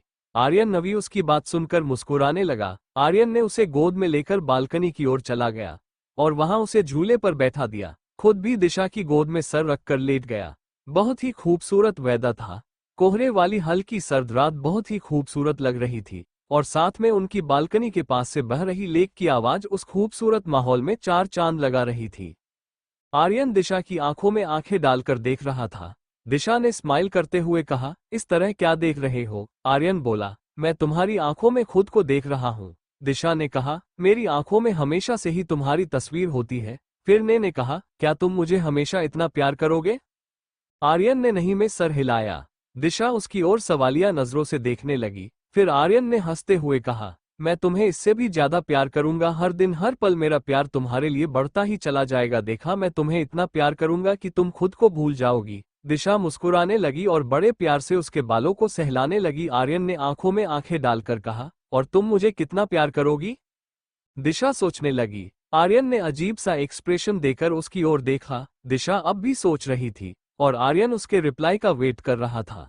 आर्यन ने कहा, तुम मुझे कितना प्यार करोगी? ये जवाब देने के लिए तुम्हें सोचना पड़ रहा है। दिशा हंसने लगी और बोली, आर्यन, मैं तुम्हें शब्दों में बयां नहीं कर सकती कि मैं तुम्हें कितना प्यार करती हूँ। बस तुम मेरी आंखों की गहराई से ही अपने लिए प्यार महसूस कर लो। और उधर समीर आप भी अपनी आंखें बंद किए हुए बैठा था और आज उसने सालों बाद गुमनाम शायर की गजल अपने फोन पर प्ले किया और उसे नम आंखों के साथ सुनने लगा। उस शायर की गजल का हर एक दर्द समीर के दिल को छू रहा था। इस दर्द को समीर ने ना जाने अपने दिल के किस कोने में दबा रखा था, लेकिन आज फिर उससे रागिनी की याद आ जाने से उसे बहुत तकलीफ हो रही थी और वो नाम आंखों से गजल सुनने लगा। कोई फरियाद तेरे दिल में दबी हो, जैसे तेरी कजरारी आंखों ने चुप रहकर भी सब कुछ कह दिया हो। जैसे जागते जागते तुम्हारी रातें कटी हो, जैसे तुम्हारे दिल में धड़कन बाकी है मगर सांसें रुकी हूं। जैसे अच्छे से समझ चुका हूं तो बेवफा है, लेकिन मुझे ऐसा क्यों लगता है कि आज भी तूने अपने लबों पर मेरा नाम सजा रखा है। मैं तुझे तुझसे दूर होकर भी तेरे चेहरे पर तेरी झूठी हंसी देखता हूं। जैसे दिखाकर तू दुनिया वालों को गुमराह करती है कि कोई खुश नसीब नहीं तेरे जैसे, लेकिन मैं आज भी सिर्फ और सिर्फ तुझसे ही प्यार करता हूं। ए बेवफा, तू एक बार वापस आ जा, मैं तेरी सारी बेवफाई भुला दूंगा, कभी कुछ हुआ ही ना हो। जैसे आज की रात में ये कैसी खुमारी है, मुझे लगता है राज और माही दोनों के दिल में इश्क की हो चुकी लाइलाज बीमारी है।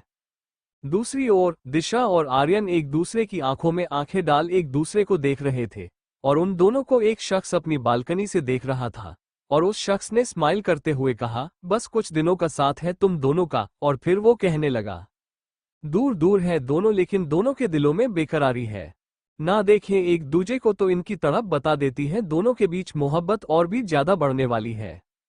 कौन सा नया मोड़ लेने वाला है इश्क दोनों का, दोनों के दिल में है प्यार भरा, लेकिन जिंदगी का इम्तिहान अब भी जारी है।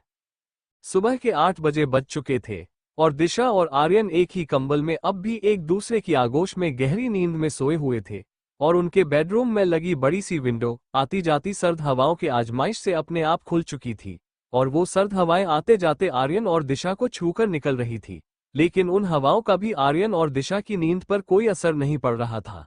वो दोनों एक दूसरे को अपने आगोश में लिए हुए गहरी नींद में सो रहे थे कि तभी दिशा का मोबाइल बजा, जिससे उसकी नींद खुली।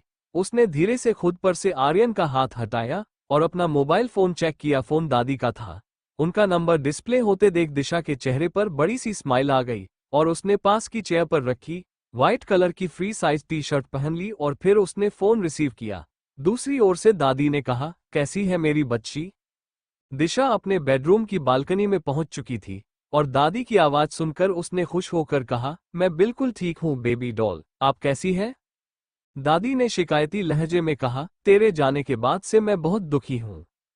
तेरी माँ हर दिन मुझे नाश्ते और खाने में दलिया और खिचड़ी देती है और मुझे वो बिल्कुल अच्छा नहीं लगता। दिशा ने उनकी बात सुनकर थोड़ा सीरियस आवाज में कहा, बेबी डॉल, ये तो बहुत परेशानी की बात है। दादी ने छोटे बच्चों की तरह जिद करते हुए कहा, जब से तू गई है मुझे कचौड़ी गोलगप्पे खिलाने वाला घर पर कोई नहीं है। तेरा बाबा तो बस नेताजी की तरह झूठे आश्वासन के पेड़े बांटता रहता है। उनकी ये बात सुनकर दिशा जोर से हंस पड़ी।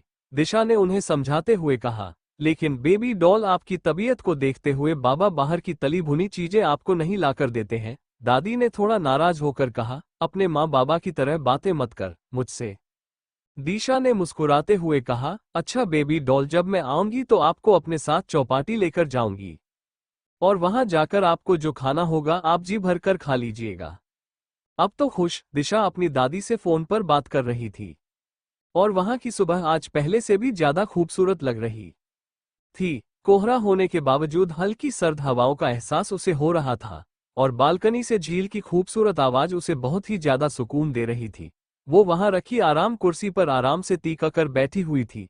आती जाती सर्द हवाएं बार बार उसकी जुल्फों को उसके चेहरे पर लाकर छोड़ दे रही थी। दिशा भी बार बार अपनी जुल्फों को अपने चेहरे से हटाने की जद्दोजहद में लगी हुई थी। उसकी दादी से बातें अब भी कंटिन्यू थी। दादी ने अपनी बात कंटिन्यू करते हुए कहा, अच्छा वो सब तो छोड़ और ये बता पेरिस कैसा है? कहने का मतलब जैसे टीवी सीरियल और मूवीज में दिखाता है वैसा ही खूबसूरत है क्या? उनकी आवाज में छोटे बच्चों की तरह उत्सुकता थी। दिशा ने हंसते हुए कहा, बेबी डॉल, मैं आपको पेरिस घुमाने जरूर लेकर आऊंगी। आई एम श्योर आपको बहुत अच्छा लगेगा।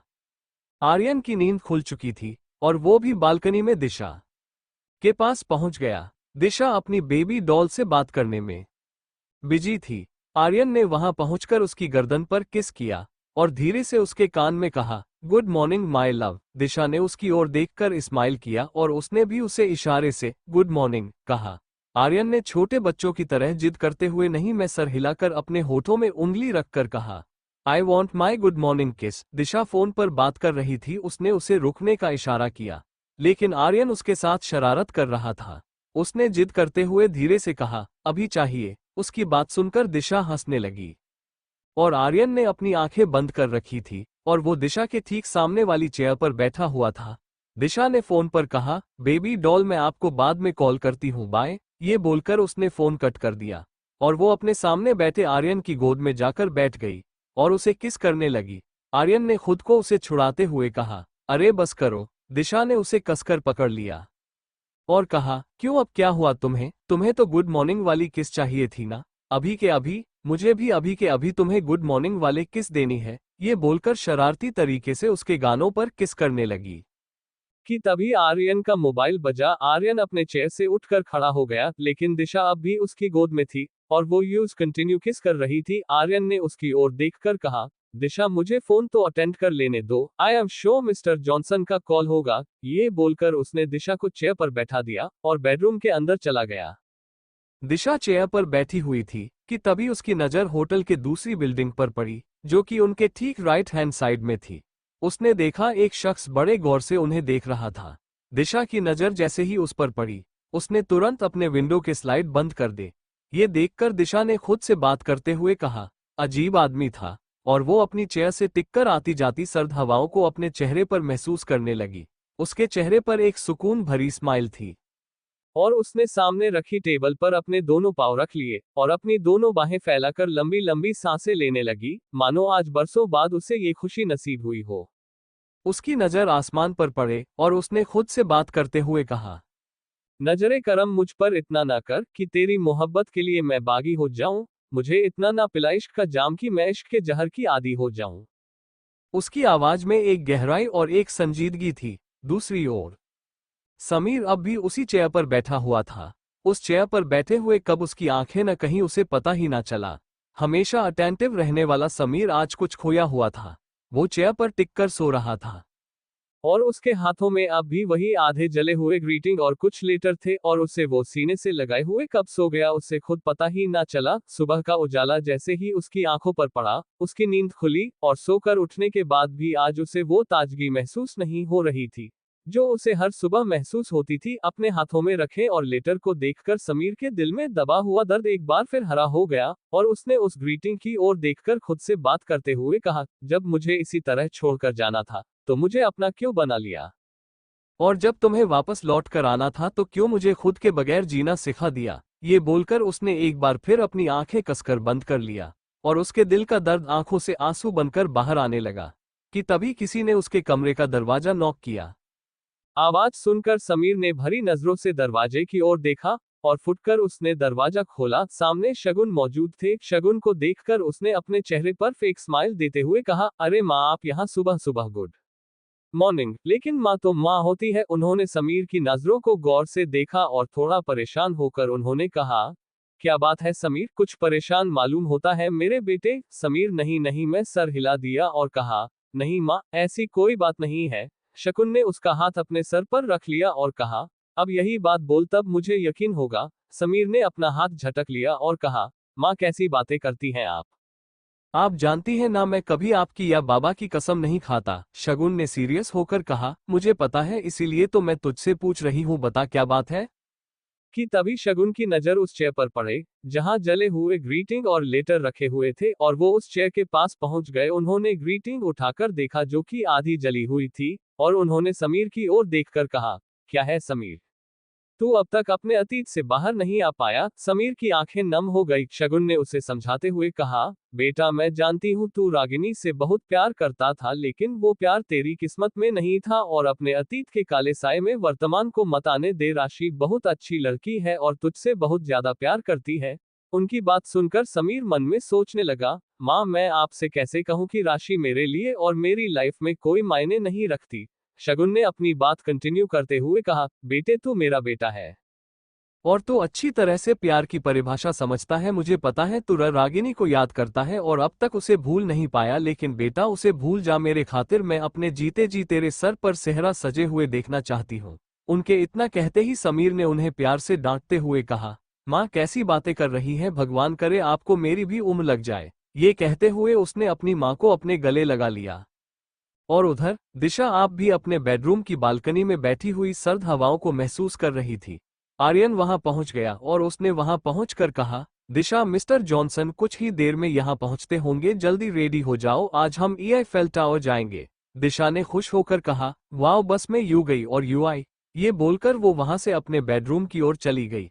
कुछ सोचकर आर्यन भी उसके पीछे चला गया और उसने दिशा को अपनी बाहों में भर लिया। दिशा ने खुद को छुड़ाते हुए कहा, आर्यन छोड़ो मुझे। क्या कर रहे हो तुम? सचमुच तुम शादी के बाद बहुत ज्यादा शरारती हो चुके हो। आर्यन दिशा की गर्दन में किस करने लगा। दिशा ने झूठ का गुस्सा करते हुए कहा, आर्यन छोड़ो मुझे, क्या कर रहे हो तुम? प्लीज छोड़ो मुझे, कल रात में भी तुमने मुझे बहुत परेशान किया था। ये बोलकर उसने खुद को प्यार से छुड़ा लिया और भागकर वॉशरूम में पहुंच गई। आर्यन मुस्कुराने लगा। उसने वॉशरूम का दरवाजा पीट कर कहा, दिशा की बच्ची देख लूंगा तुझे। दिशा ने वॉशरूम का दरवाजा थोड़ा सा खोला और हंसते हुए कहा, देख लो मुझे, और फिर उसने तुरंत दरवाजा बंद कर लिया। आर्यन हंसने लगा। आर्यन के चेहरे पर बड़ी सी स्माइल थी और वो अपनी बालकनी पर मौजूद था। वो अपने मोबाइल पर कुछ देख रहा था कि तभी उसे ऐसा लगा कि कोई है जो उसे देख रहा है। आर्यन ने अपनी नजर होटल के बाजू वाली बिल्डिंग पर डाली। वहां एक शख्स उसे ही देख रहा था, लेकिन जैसे ही आर्यन की नजर उस शख्स पर पड़े उसने तुरंत अपनी विंडो का स्लाइड बंद कर दिया। आर्यन ने स्माइल करते हुए खुद से कहा, कुछ इंडियन भी बड़ी अजीब होते हैं, परदेश में भी इंडियंस को देखकर खिड़की बंद कर लेते हैं। तभी वहां दिशा पहुंच गई और उसने आर्यन की धीमी आवाज सुनती उसने आर्यन से कहा, किसके बारे में बात कर रहे हो आर्यन? आर्यन बोला, कोई नहीं, बस यूं ही। दिशा ने थोड़ा सीरियस होकर उस बिल्डिंग की ओर इशारा किया और आर्यन से कहा, कहीं तुम उस आदमी के बारे में तो नहीं बात कर रहे जिसकी नजर हम पर ही रहती हो और हमें देखते ही विंडो बंद कर लेता है? आज सुबह मेरे साथ भी ऐसा हुआ था, मुझे तो दो आदमी देखने में बड़ा अजीब लगता है।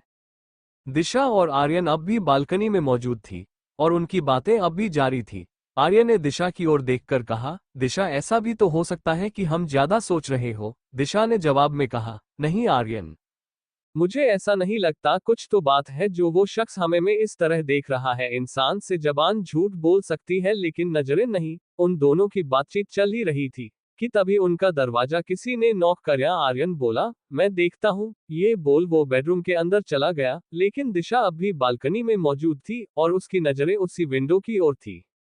आर्यन ने जैसे ही दरवाजा खोला, दरवाजे पर वही इंडियन वेटर मौजूद था। उसने आर्यन की ओर देखकर कहा, गुड मॉर्निंग सर। आर्यन ने भी उसे स्माइल के साथ रिप्लाई किया। वेटर रूम के अंदर आया आर्यन ने उसकी ओर देखकर कहा, चाय की ट्रे वही टेबल पर रख दो, हम सर्व कर लेंगे।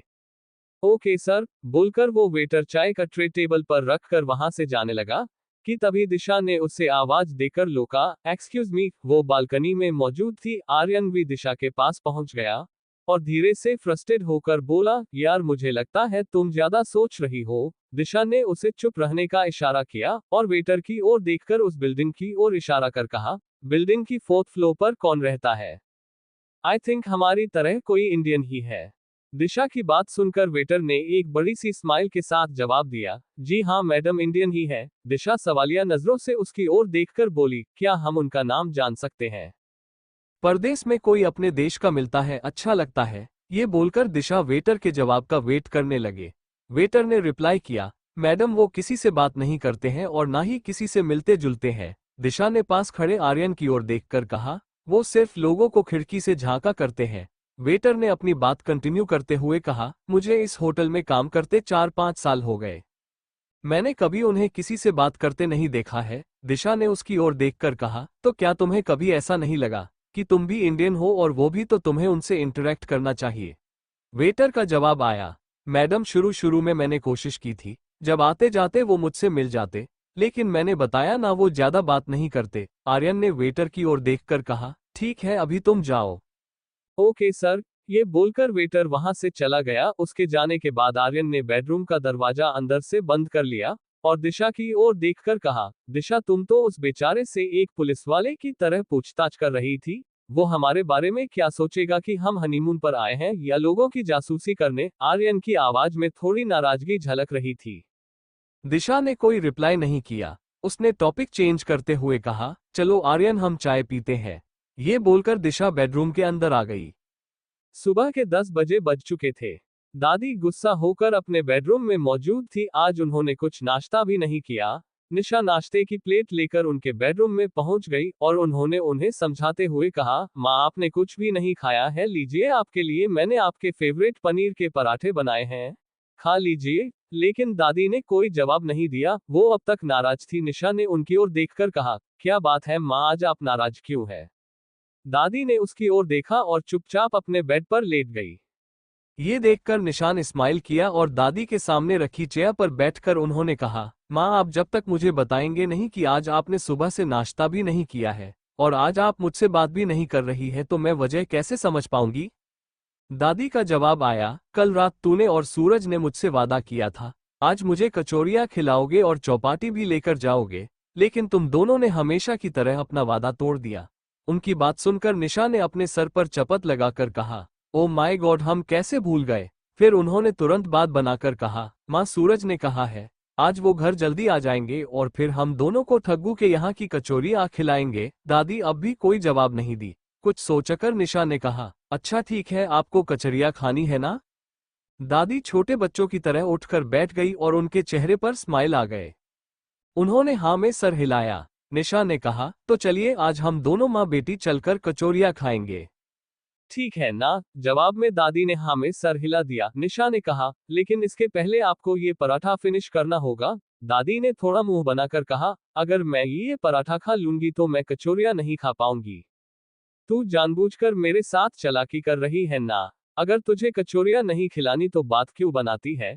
दादी गुस्सा होने लगी। उन्हें गुस्से में देखकर निशा ने कहा, अच्छा अच्छा ठीक है माँ, ये मत खाइए, लेकिन कम से कम ये दूध का गिलास जल्दी से खत्म कर लीजिए, फिर हम कचौरियां खाने जाएंगे। ये ठीक है ना? दादी ने छोटे बच्चों की तरह फेस देकर कहा, लेकिन मैं दूध आधा गिलास पीऊंगी। निशा ने मुस्कुराकर हाँ में सर हिला दिया। दादी ने दूध का आधा गिलास खत्म किया। निशा की ओर देखने लगे। निशा ने स्माइल करते हुए कहा, क्या बात है माँ, आप क्या सोच रहे हैं? दादी ने कहा, मैं तुझे बहुत परेशान करती हूँ ना, हर वक्त कोई ना कोई डिमांड करते रहती हूँ। निशा ने खुश होकर कहा, माँ आपकी वजह से घर घर की तरह लगता है और आप मुझे बिल्कुल भी परेशान नहीं करती, बल्कि आप तो दुनिया की सबसे अच्छी माँ है। उसकी बात सुनकर दादी के चेहरे पर बड़ी सी स्माइल आ गई और निशा भी उनके पास बैठकर उन्हें साइड हग करने लगी। और उधर समीर अपने ऑफिस के लिए निकल चुका था। आज वो बहुत परेशान था। उसने खुद से बात करते हुए कहा, ना जाने क्यों मुझे हर वक्त रागिनी की याद सताने लगी है। मुझे ऐसा क्यों लगता है कि वो यही है मेरे आसपास। ये सोचते हुए उसने अपनी कार की स्टीरियो में गुमनाम शायर की गजल लगा दी। पहले वो अक्सर इसे सुना करता था, लेकिन रागिनी के जाने के बाद से उसका ये शौक भी उसके साथ जा चुका था। लेकिन सालों बाद उसे एक बार फिर गजल सुनने की इच्छा हुई। उसने जैसे ही स्टीरियो में अपना मोबाइल कनेक्ट किया, फिर जाने क्यों उसके चेहरे पर एक बड़ी सी स्माइल आ गई, और फिर वो गाड़ी ड्राइव करने लगा। गुमनाम शायर की आवाज में हमेशा की तरह एक गहराई और एक दर्द था। ना खुद को पा सका, ना खुदा को, तुम्हारे साथ में ऐसी गुम हुआ, खो बैठ खुद के वजूद को। मोड़ आ चुका है जुदाई का, जी चाहता है दामन थाम लो गुजरे हुए पल का। मैं वहीं खड़ रहा और देखती रहा सितम वक्त का, मेरे अक्स में मेरे कत्ल का इल्जाम है, दोष क्या है उस निर्दोष खंजर का। कुदरत खुदा की देखिए, आज हाल बेहाल है मेरे अंदर के मंजर का। सारे हिसाब चाहिए मुझे अपने दिल में छुपाए हुए हर एक जख्म का। इस गजल को तुम कर ना जाने क्यों समीर की आंखों आंसू आने लगे, और उसने बीच में ही फिर स्टीरियो बंद कर दिया और कार की विंडो का ग्लास नीचे कर दिया। सर्द हवाएं उसके चेहरे को छूकर बार बार आ जा रही थी। दूसरी ओर राशि समीर के घर पहुंच गई। उसे अच्छी तरह से पता था समीर 11 बजे ऑफिस के लिए निकल जाता है, इसलिए वो जानबूझकर इस समय में उसके घर पहुंचे। वहां पहुंचते ही जैसे ही उसने डोरबेल बजाया, दरवाजा शगुन ने खोला। शगुन को देखकर राशि ने उनके पैर छुए। उसे देखकर शगुन बहुत खुश हुई और उन्होंने कहा, आओ बेटा अंदर आओ। राशि अंदर आए। वहां ड्राइंग रूम में पहले से आलोक मौजूद थी। राशि ने उनके पांव छुए। आलोक ने खुश होकर कहा, हमेशा खुश रहो बेटी। जवाब में राशि स्माइल करने लगी। फिर शगुन ने उसकी ओर देखकर कहा, तुम बैठो राशि, मैं तुम्हारे लिए कॉफी बनाकर लाती हूँ। राशि का जवाब आया, नहीं नहीं आंटी, उसकी कोई जरूरत नहीं है। आलोक ने बीच में ही कहा, राशि बेटा अगर तुम हाँ कह देती तो इसी बहाने हमें भी कॉफी पीने मिल जाती। उनकी बात सुनकर राशि स्माइल करने लगी और उसने बीच में कहा, ठीक है अंकल, मैं अभी कॉफी बनाकर लाती हूँ। फिर उसने शगुन की ओर देखकर कहा, आप बैठे आंटी, आज आप लोग मेरे हाथ कॉफी पी कर देखिए। ये बोलकर वो वहां से रसोई की ओर चली गई। उसके जाने के बाद आलोक ने मुस्कुराते हुए शगुन से कहा, सचमुच हमारा समीर कितनी किस्मत वाला है जो उसे इतनी अच्छी लड़की मिली है। और उधर आर्यन और दिशा घूमने के लिए निकल ही रहे थे। वो दोनों होटल के बाहर मौजूद थे। आर्यन ने दिशा की ओर देखकर कहा, मैं हमारे रूम लॉक करना ही भूल गया। तुम यहीं रुको, मैं अभी आया। दिशा ने कहा, मैं भी चलती हूँ। आर्यन ने स्माइल करते हुए कहा, बेबी बस में यूं गया और यूं आया, ओके। ये बोलकर आर्यन लगभग भागते हुए होटल रूम की ओर चला गया। दिशा स्माइल करती हुई पेरिस की सर्द हवाओं को एंजॉय करने लगी। जॉनसन को आने में अभी वक्त था। मौसम बहुत ही रोमानियत भरा था और सर्द हवाएं बार बार उसकी जुल्फों को बिखर आती हुई जा रही थी। एक अजीब सा सुकून महसूस हो रहा था दिशा को कि तभी उसकी नजर दूर खड़े शख्स पर पड़ी और दिशा ने उसकी ओर देखा। ये शख्स और कोई नहीं बल्कि वही था जो उन्हें दूर से नजर कैद किए होता था। उसे देखते ही दिशा के कदम अनायास ही उस आदमी की ओर बढ़ गए। ना जाने क्यों दिशा के कदमों की रफ्तार बहुत ही तेज थी। आज वो उससे मिलना चाहती थी, मिलकर जानना चाहती थी कि वो कौन है। क्यों उसकी नजरें हर वक्त आर्यन और दिशा पर ही होती हैं। दिशा को लग रहा था कि वो वहां नहीं रुकेगा, शायद वहां से चला जाएगा, लेकिन वो गलत थी। वो दिशा की ओर ही देख रहा था। दिशा वहां पहुंच गई और ज्यादा तेज चलने की वजह से वो हौंफने लगी थी, लेकिन वो उस शख्स को सामने देखकर लंबी लंबी सांस ले रही थी। उस शख्स ने उसकी ओर देखकर कहा, आप इतना तेज क्यों चल कर आए?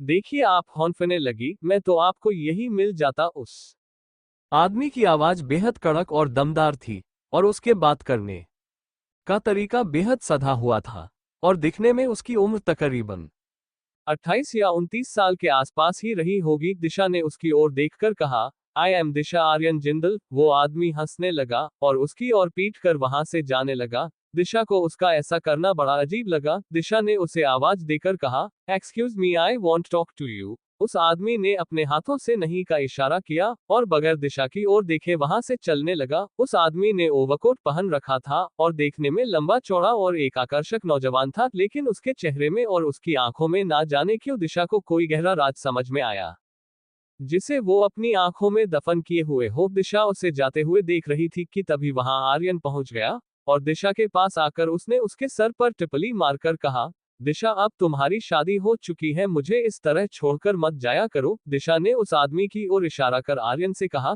देखो आर्यन, ये वही आदमी है आर्यन ने आदमी की ओर देखा और कहा, यार तुम पेरिस आकर ना पूरी बिगड़ गई हो। ये बोलकर उसने उसका हाथ पकड़ा और टैक्सी की ओर लेकर चला गया। लेकिन दिशा अब भी बार बार पलटकर उस आदमी की ओर ही देख रही थी। वो दोनों टैक्सी की पिछली सीट पर बैठ गए। जॉनसन ने गाड़ी ड्राइव करना शुरू कर दिया। वो लोग आईफिल टावर पहुंच गए। वहां पहुंचकर दिशा ने खुश होकर कहा, वाह आर्यन, कितनी खूबसूरत जगह है। आर्यन ने उसकी ओर देखकर कहा, इसीलिए तो मैं तुम्हें यहाँ घुमाने लेकर आया हूँ और आज हम वहाँ के टॉप फ्लोर पर लंच करेंगे। Are you ready? दिशा ने छोटे बच्चों की तरह खुश होकर कहा। ये जॉनसन उनके पास आकर टूटी फूटी हिंदी में बोला, सर जब आप लोगों को वापस जाना होगा तो आप हमको कॉल कर लेंगे।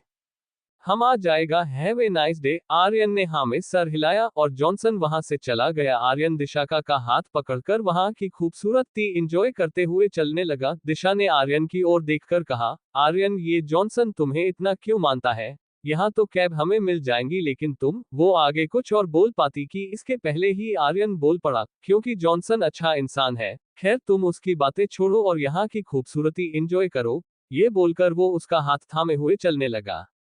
दूसरी ओर समीर अपने ऑफिस के केबिन में मौजूद था और वो लैपटॉप पर कुछ काम कर रहा था कि तभी वहां लीना पहुंची और उसने केबिन का डोर नॉक किया। समीर ने बगैर अपनी नजरें उठाए कहा, अंदर आ जाओ लीना। लीना ने स्माइल किया और केबिन के अंदर आ गई। आज ना जाने क्यों समीर ने एक बार भी अपनी नजरें उठाकर उसकी ओर नहीं देखा। लीना ने थोड़ा इतरा कर कहा, क्या बात है? आप हमसे खफा हैं? आज आपने हम पर एक नजर भी नहीं डाली। समीर ने गहरी सांस ली और उसकी ओर देखकर कहा, आई एम सॉरी, मैं थोड़ा बिजी था। उसकी आवाज में रूखापन था। लीना ने थोड़ा हैरान होकर कहा, ऐसी भी क्या नाराजगी समीर साहब? ये कहते हुए वो उसके सामने रखी चेयर पर बैठ गई। समीर ने गहरी सांस लिया और कहा, कैसी बातें करती हो? तुमसे नाराज होकर समीर मित्तल कहाँ जा सकता है? जवाब लीना हंसने लगी। समीर ने उसकी ओर देखकर कहा, क्या तुम मुझसे प्यार करती हो? लीना ने हैरान होकर कहा, लेकिन समीर तुम ऐसी बातें क्यों कर रहे हो? समीर का जवाब आया, बस हाँ या ना में रिप्लाई दो। लीना ने थोड़ा हिचकिचाते हुए हाँ में सर हिला दिया। समीर बोला, क्या तुम मुझसे शादी करने के लिए रेडी हो? ये बात सुनकर लीना अपनी चेयर से उठकर खड़ी हो गई और हैरानी भरी नजरों से उसकी ओर देखने लगे। समीर का जवाब आया, क्या बात है, तुम इस तरह बर्ताव क्यों कर रही हो?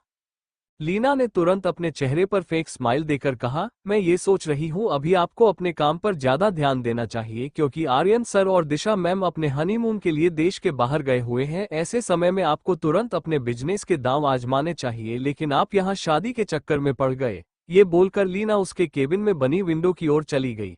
समीर ने गहरी सांस ली और अपनी चेयर से उठकर खड़ा हो गया और वो भी उसके करीब चला गया। उसने उसका चेहरा अपनी ओर किया और कहा, ना जाने क्यों तुम मुझे हर बार कुछ अपनी सी लगती हो और ऐसा लगता है तुम ही वही परछाई हो जिसकी तलाश में मैं अब तक भटक रहा था। लीना ने थोड़ा इतराते हुए कहा, समीर बाबू ये डायलॉग आपने और कितनी लड़कियों से कहा? समीर ने उसका हाथ पकड़ा और उसकी आंखों में आंखें डालकर कहने लगा, मैंने तुम्हें कहा ना मेरी बहुत सारी गर्लफ्रेंड है, लेकिन ना जाने क्यों तुम कुछ ज्यादा ही अपनी सी लगती हो। और ऐसा क्यों है, कैसे है, मुझे नहीं पता। और तुम वो पहली लड़की है जिसे मैंने शादी के लिए प्रपोज किया है। शाम के 7 बजे बज चुके थे। दादी और निशा चौपाटी गए हुए थे।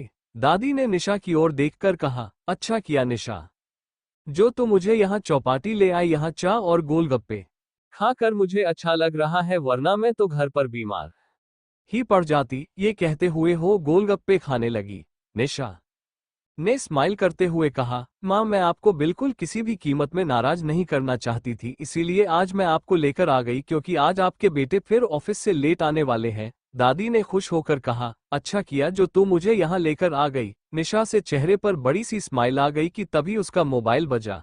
फोन चंदा का था। निशा ने फोन रिसीव किया, लेकिन रेडी वाले के पास रेडियो बज रहा था, जिस वजह से निशा को चंदा की आवाज क्लियर नहीं आ रही थी। निशा ने दादी की ओर देखकर कहा, माँ मैं चंदा से फोन पर बात कर रही हूँ, आपको जो भी खाना है आप खा लीजिए। ये कहते हुए उसने अपना फोन रिसीव किया और चौपाटी के दूसरी ओर जाकर चंदा से बात करने लगी। चंदा ने कहा, कैसी है मेरी बहन? निशा ने खुश होकर कहा, मैं तो बिल्कुल ठीक हूँ चंदा, तू कैसी है? चंदा का जवाब आया, मैं भी ठीक हूँ, आज बड़े दिनों से तेरी याद आ रही थी, मैंने सोचा फोन लगाकर आज तुझसे बात कर ही लेती हूँ। निशा ने स्माइल करते हुए कहा, अच्छा किया जो तूने फोन कर लिया। उन दोनों की बातचीत चल ही रही थी कि तभी निशा की नज़र उस रेडी वाले पर पड़ी और उसे वहां दादी दिखाई नहीं पड़ी। उन्होंने फोन पर कहा, चंदा मैं तुझे बाद में बात करती हूँ। ये बोलकर उन्होंने बगैर उसका जवाब सुने ही फोन कट कर दिया और रेडी वाले के पास पहुंचे। वहां पहुंचकर उन्होंने उस रेडी वाले से कहा, यहाँ माँ बैठी थी, कहाँ गई? निशा के चेहरे पर परेशानी के भाव उभर आए थे। उस रेडी वाले का जवाब आया, पता नहीं, और उन्होंने तो मेरे पैसे भी नहीं दिए। निशा ने अपने पास से पैसे निकाले और बगैर हिसाब किए उस रेडी वाले को 500 का नोट पकड़ा दिया और हड़बड़ा कर कहने लगी, अब बता दो माँ जी कहाँ गई? रेडी वाले का जवाब आया, मैंने कहा ना, मुझे नहीं पता मैडम वो कहाँ गई, यहाँ इतनी भीड़ है, मैं हर आने जाने वालों को देखता रहूंगा तो मेरा धंधा मार खा जाएगा। ये बोलकर वो अपने काम में लग गया। निशा वहां माँ जी को ना देखकर बहुत परेशान हो गई और वो यहाँ वहां पागलों की तरह भागने लगी। दादी को ढूंढने के लिए उन्हें दादी कहीं नजर नहीं आ रही थी। निशा बहुत हड़बड़ा गए, अब अंधेरा भी हो चुका था। निशा ने खुद से बात करते हुए कहा, माँ कहाँ चली गई? रात के समय तो उन्हें ठीक से दिखाई भी नहीं देता है, भगवान उन्हें कहाँ ढूंढूं? ये बोलकर वो पागलों की तरह यहाँ वहां दौड़ने लगी। उन्हें कुछ समझ नहीं आ रहा था अब क्या करें। उन्होंने चौपाटी का कोना कोना छान मारा लेकिन कुछ पता नहीं चला। फिर आखिरी में थक हार कर उन्होंने सूरज को फोन लगाया और जैसे ही सूरज ने फोन रिसीव किया, निशा ने रोते हुए कहा, सूरज, माँ नहीं मिल रही है, ना जाने वो कहाँ चली गई है। वो बहुत ही ज्यादा रो रही थी। सूरज उसकी बात सुनकर हड़बड़ा गया और उसने कहा, क्या क्या बात कर रही हो तुम? निशा ने रोते हुए सारी बात उन्हें बता दे। सूरज ने निशा की बात सुनकर झल्लाते हुए कहा, तुम्हारा दिमाग खराब हो गया था जो तुम माँ को अकेले चौपाटी लेकर चली गई थी। ये बोलकर उन्होंने फोन कट कर दिया। निशा जोर जोर से रो रही थी, उन्हें कुछ समझ नहीं आ रहा था, इतनी सर्दी काली रात में हो, दादी को कहाँ ढूंढे। दूसरी ओर निशा और आर्यन एक दूसरे की बाहों में बाहें डाले और एक दूसरे की आंखों में आंखें डाल खुद को एक दूसरे की आंखों में देख रहे थे। उनका लंच हो चुका था कि तभी उन्हें पास बैठे शख्स की आवाज आई। वो दर्द भरी आवाज में कह रहा था, कोई फरियाद तेरे दिल में दबी हो, जैसे तेरी कजरारी आंखों ने चुप रहकर भी सब कुछ कह दिया हो, जैसे जागते जागते तुम्हारी रातें कटी हो, जैसे तुम्हारे दिल में धड़कन बाकी है मगर सांसें रुकी हूं, जैसे अच्छे से समझ चुका हूं तो बेवफा है, लेकिन मुझे ऐसा क्यों लगता है कि आज भी तूने अपने लबों पर मेरा नाम सजा रखा है। मैं तुझे तुझसे दूर होकर भी तेरे चेहरे पर तेरी झूठी हंसी देखता हूं, जैसे दिखाकर तू दुनिया वालों को गुमराह करती है कि कोई खुश नसीब नहीं तेरे जैसे। लेकिन मैं आज भी सिर्फ और सिर्फ तुझसे ही प्यार करता हूं। ए बेवफा, तू एक बार वापस आ जा, मैं तेरी सारी बेवफाई भुला दूंगा, कभी कुछ हुआ ही ना हो जैसे। दिशा और आर्यन और शख्स की आवाज में खो से गए थे कि तभी आर्यन अचानक बेहोश होकर गिर पड़ा और उसके इस तरह की ओर जाने से वहां मौजूद सारे लोग हड़बड़ा गए। आर्यन फर्श पर गिर पड़ा और उसके गिरते ही आसपास के लोग भागकर उसके पास आए और दिशा में काफी हड़बड़ा गई। दिशा को कुछ समझ नहीं आ रहा था कि तभी आर्यन के कंधे से ब्लड आता दिखाई पड़ा। ये देखकर दिशा जोर से चिल्ला पड़ी, आर्यन क्या हुआ तुम्हें? कि तभी भीड़ में से आवाज आए, let me see, I am doctor. उस शख्स ने भीड़ से निकलकर तुरंत आर्यन की नब्ज चेक की और उसने दिशा की ओर देखकर कहा, don't worry, he have to be taken to the hospital. ये बोलकर उस शख्स में वहां मौजूद लोगों की मदद से आर्यन को उठाया। दिशा ने रोते हुए कहा, please save my husband's life. Doctor ने हाँ में सर हिलाया और कुछ लोगों की मदद से आर्यन को वहां से लेकर चला गया। दिशा भी उनके साथ मौजूद थी। दिशा रोती हुई उसे फॉलो कर रही थी। आर्यन के कंधे से बहुत ज्यादा ब्लड आ रहा था। दिशा उस डॉक्टर के साथ आर्यन को लेकर उसकी गाड़ी में हॉस्पिटल के लिए निकल गई। जब वो लोग हॉस्पिटल के लिए निकल रहे थे तभी दिशा की नजर उस शख्स पर पड़ी जिसे आज सुबह ही उसकी मुलाकात हुई थी। उस शख्स को देखते ही दिशा थोड़ी हड़बड़ा गई, लेकिन वो इतनी ज्यादा परेशान थी कि उसने इस बात को उसका सीरियस नहीं लिया। उसका पूरा ध्यान सिर्फ और सिर्फ आर्यन पर था। आर्यन बेहोश हो चुका था। उसमें हड़बड़ा कर उसे हिलाते हुए कहा, आर्यन प्लीज आंखें खोलो, आर्यन, आर्यन प्लीज मेरी खातिर, बोल बोलकर रो रही थी। कुछ ही देर में वो लोग हॉस्पिटल पहुंच गए। उस शख्स के हॉस्पिटल पहुंचते ही वहां वार्ड बॉय स्ट्रेचर लेकर मौजूद थे और उनके पहुंचते ही उन्होंने डॉक्टर की गाड़ी से आर्यन को निकाला। दिशा के सारे कपड़े आर्यन के खून से सन गए थे। उस डॉक्टर ने अपने वार्ड बॉय की ओर देखकर कहा, get the patient in fast. Disha अब भी रो रही थी और हमेशा खुश दिखने वाली दिशा के चेहरे पर पल भर के अंदर ही एक गहरी सी उदासी आ गई थी और उसके आंसू थमने का नाम ही नहीं ले रहे थे और आर्यन की हालत देखकर उसके हाथ पांव ठंडे पड़ चुके थे। डॉक्टर आर्यन को लेकर ओटी के अंदर चला गया। दिशा ओटी के बाहर लगे बेंच पर बैठी हुई थी। वहां उसने खुद से बात करते हुए कहा, बप्पा, मेरे आर्यन को बचा लो। अगर मेरे आर्यन को कुछ हुआ तो मैं भी जी नहीं पाऊंगी। ये सोच कर वो परेशान हो रही थी और उसे कुछ समझ नहीं आ रहा था वो क्या करे। उसे रह रहकर आर्यन का प्यार और आर्यन का साथ ही याद आ रहा था कि तभी वहां एक नर्स ओटी से बाहर निकल कर आई। वो काफी हड़बड़ी में थी। उसे हड़बड़ी में देखकर दिशा ने उसकी ओर देखा। दिखने में वो न इंडियन लग रही थी। दिशा ने उसके पास जाकर रोते हुए कहा, मैम, अब मेरे पति कैसे हैं? उन्हें कोई खतरा तो नहीं है ना? नर्स ने दिशा की ओर देखकर कहा, उन्हें कोई खतरा नहीं है। किसी ने उन्हें गोली मारी थी। ईशा ने हड़बड़ा कर कहा, लेकिन मैं तो वहीं थी, वहां काफी भीड़ थी, हमें तो बंदूक चलने की आवाज भी नहीं आई। नर्स ने कहा, हो सकता है गन में साइलेंसर लगाकर उन्हें शूट किया गया हो। इरादा तो उन्हें जान से मारने का था, क्योंकि गोली उनके दिल के काफी करीब से निकली है, इसलिए अब उन्हें कोई खतरा नहीं है। ये बोलकर नर्स उसकी ओर देखने लगी। दिशा काफी हैरान थी। नर्स ने एक्सक्यूज मी कहा और वहां से चली गई। उसके जाने के बाद दिशा सोचने लगी, आर्यन को पेरिस में कौन गोली मारेगा और क्यों मारेगा? उसके तो किसी से दुश्मनी भी नहीं है। यहाँ कहीं समीर और राशि का हाथ तो नहीं? अगर उनका हाथ हुआ ना, तो मैं उन्हें छोड़ूंगी नहीं, क्योंकि मेरे आर्यन को सिर्फ उनसे ही खतरा है। ये बोलकर उसने अपनी आंखें बंद कर ली। दूसरी ओर निशा चौपाटी में अब भी मौजूद थे। रात के 8 बजे बज चुके थे और वो अब भी पागलों की तरह इस सर्द और काली रात में दादी को ढूंढ रही थी। उसने हर रेडी वाले और चौपाटी में मौजूद लोगों को मोबाइल में दादी की तस्वीर दिखाकर दादी के बारे में पता लगाने की कोशिश भी की, लेकिन किसी ने भी दादी के बारे में ज्यादा ध्यान नहीं दिया। निशा अब हताश होकर चौपाटी के बाहर लगे बेंच पर आकर बैठ गई थी और वो लगातार रो रही थी। उसने खुद के सर पर शपथ मारकर कहा, मैंने क्यों माँ को अकेला छोड़ा? हे बप्पा, मेरी मदद कीजिए। इस वक्त यहाँ दिशा और आर्यन भी नहीं है, मैं क्या करूंगी? वो सोच ही रही थी कि तभी वहां सूरज भी पहुंच गया और निशा को देखकर उसने कहा, माँ का कुछ पता चला क्या? निशा ने रोते हुए कहा, मुझे माफ कर दीजिए, मुझसे बहुत बड़ी गलती हो गई। सूरज ने उसके सर पर हाथ रखकर कहा, बस कर पगली, कितना रोएगी? मुझसे ज्यादा प्यार तू माँ से करती है, मुझे अच्छी तरह से पता है। चल हम दोनों मिलकर माँ को ढूंढते हैं, मुझे यकीन है माँ मिल जाएंगी। ये बोलकर सूरज ने उसका हाथ पकड़ लिया और वो दोनों अपने मोबाइल पर दादी की तस्वीर लेकर एक बार फिर हर एक शख्स से दादी के बारे में पूछने लगे, लेकिन इस बार भी वही हाल, दादी के बारे में कोई नहीं बता पाया।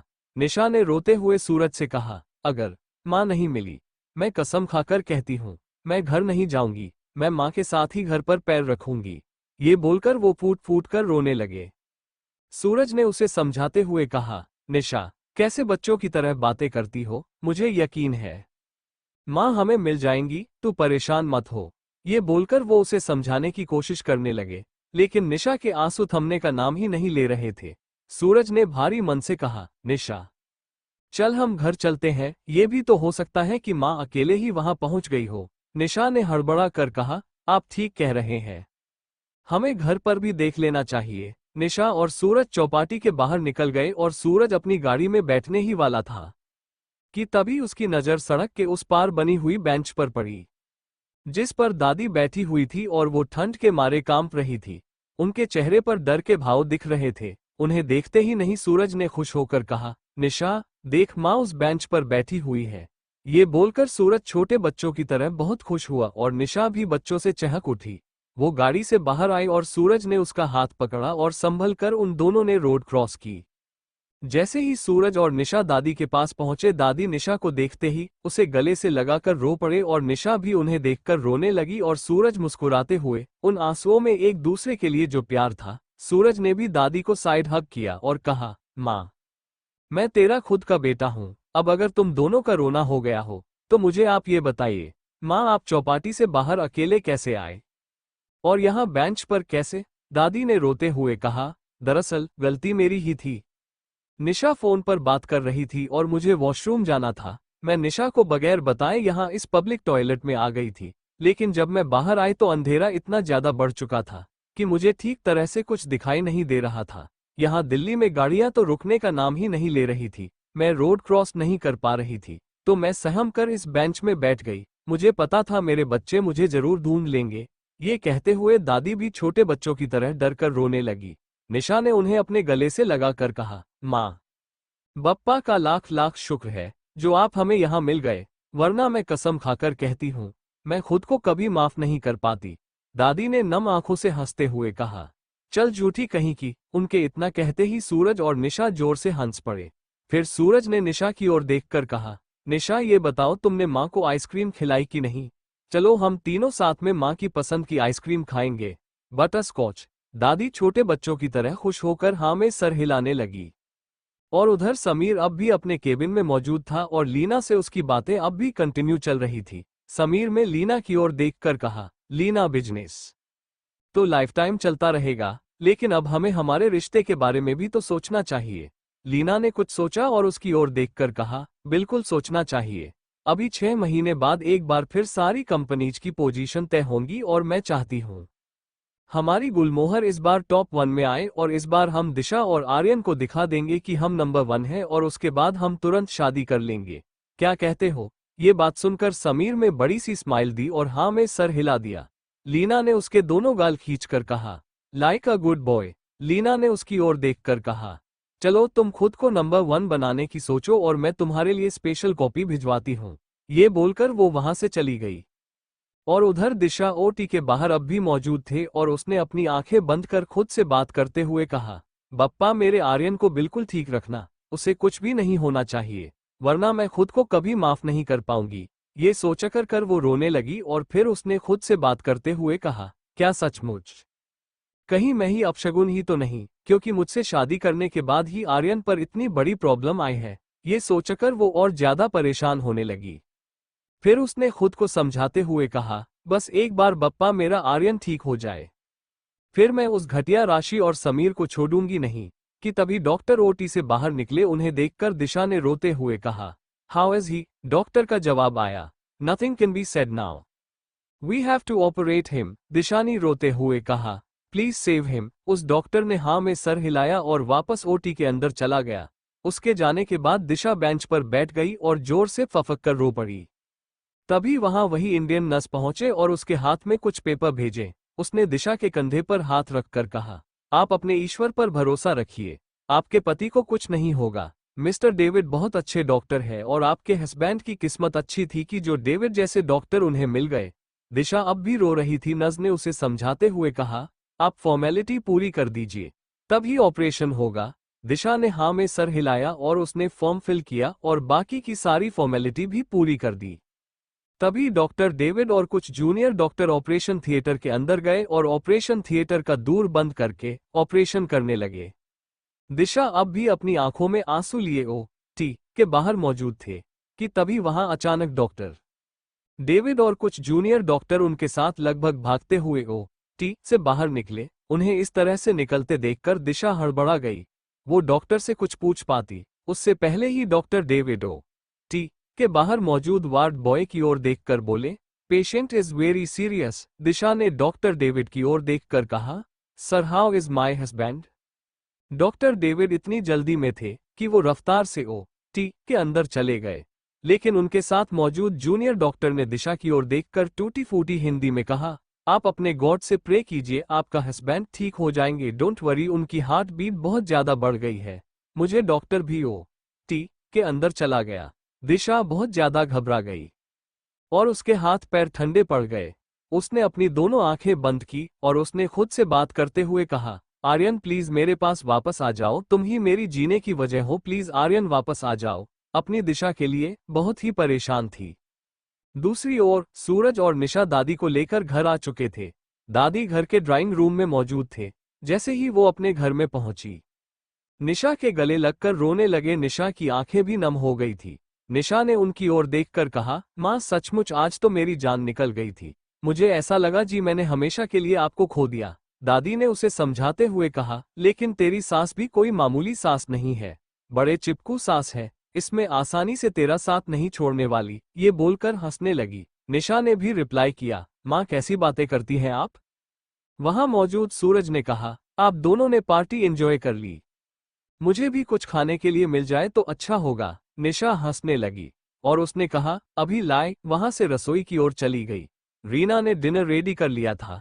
उसके जाने के बाद दादी ने सूरज की ओर देखकर कहा, कुछ भी कहो, मैं बहुत ही खुशनसीब हूँ जो मुझे इतना प्यार करने वाले और सम्मान देने वाले बेटा बहू मिले हैं, वरना आज का समय तो कुछ और ही है। ये कहते हुए वो इमोशनल होने लगे। सूरज ने दादी की ओर देखकर कहा, बल्कि माँ, मैं तो खुद को खुशनसीब मानता हूँ जो मेरे पास आप जैसी माँ है, निशा जैसी जीवन साथी और दिशा की तरह बेटी है। एक बेटे की कमी थी आर्यन के आने के बाद, वो कभी भी मेरी पूरी हो गई। भगवान हमेशा हम पर अपना आशीर्वाद बनाए रखें। और उधर दिशा टी के बाहर अब भी मौजूद थी और वो बहुत ही ज्यादा परेशान हो चुकी थी। तभी डॉक्टर डेविड टी से बाहर निकले और उन्होंने दिशा की ओर देखकर कहा, your husband is out of danger. उनकी बात सुनकर दिशा बहुत खुश हुई और उसके चेहरे पर बड़ी सी स्माइल आ गई। उसने हाथ जोड़कर डेविड से कहा, thank you so much sir, thank you. David वहां से चले गए। उनके जाने के बाद औरती वही इंडियन नर्स बाहर आई। उसने उसको देखकर दिशा ने कहा, क्या मैं अपने पति को एक बार देख सकती हूँ? नर्स ने स्माइल किया और कहा, मैडम, हम अभी उन्हें जनरल वार्ड में शिफ्ट कर रहे हैं और वो होश में भी आ चुके हैं, उन्हें कोई खतरा नहीं है। दिशा बहुत खुश हुई और उसने हाथ जोड़कर आंखें बंद कर कहा, thank you so much Bappa, आज आपने एक बार फिर हम पर अपनी कृपा बना दे। वो भी स्माइल करने लगी और फिर उसने कहा, आपके हस्बैंड आपको बहुत प्यार करते हैं।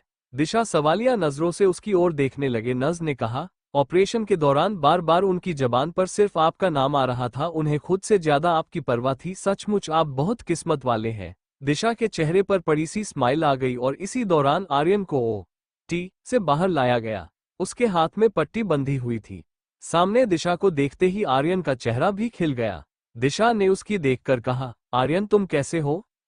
उसका जवाब आया, मैं ठीक हूं। दिशा उसका दूसरा हाथ पकड़कर रोने लगी। वहां मौजूद नर्स ने उसे समझाते हुए कहा, मैडम हिम्मत से काम लीजिए, आपकी दुआओं का असर है जो आपके पति ठीक होकर आपके पास आ गए। वार्ड बॉय ने आर्यन को जनरल वार्ड में शिफ्ट कर दिया।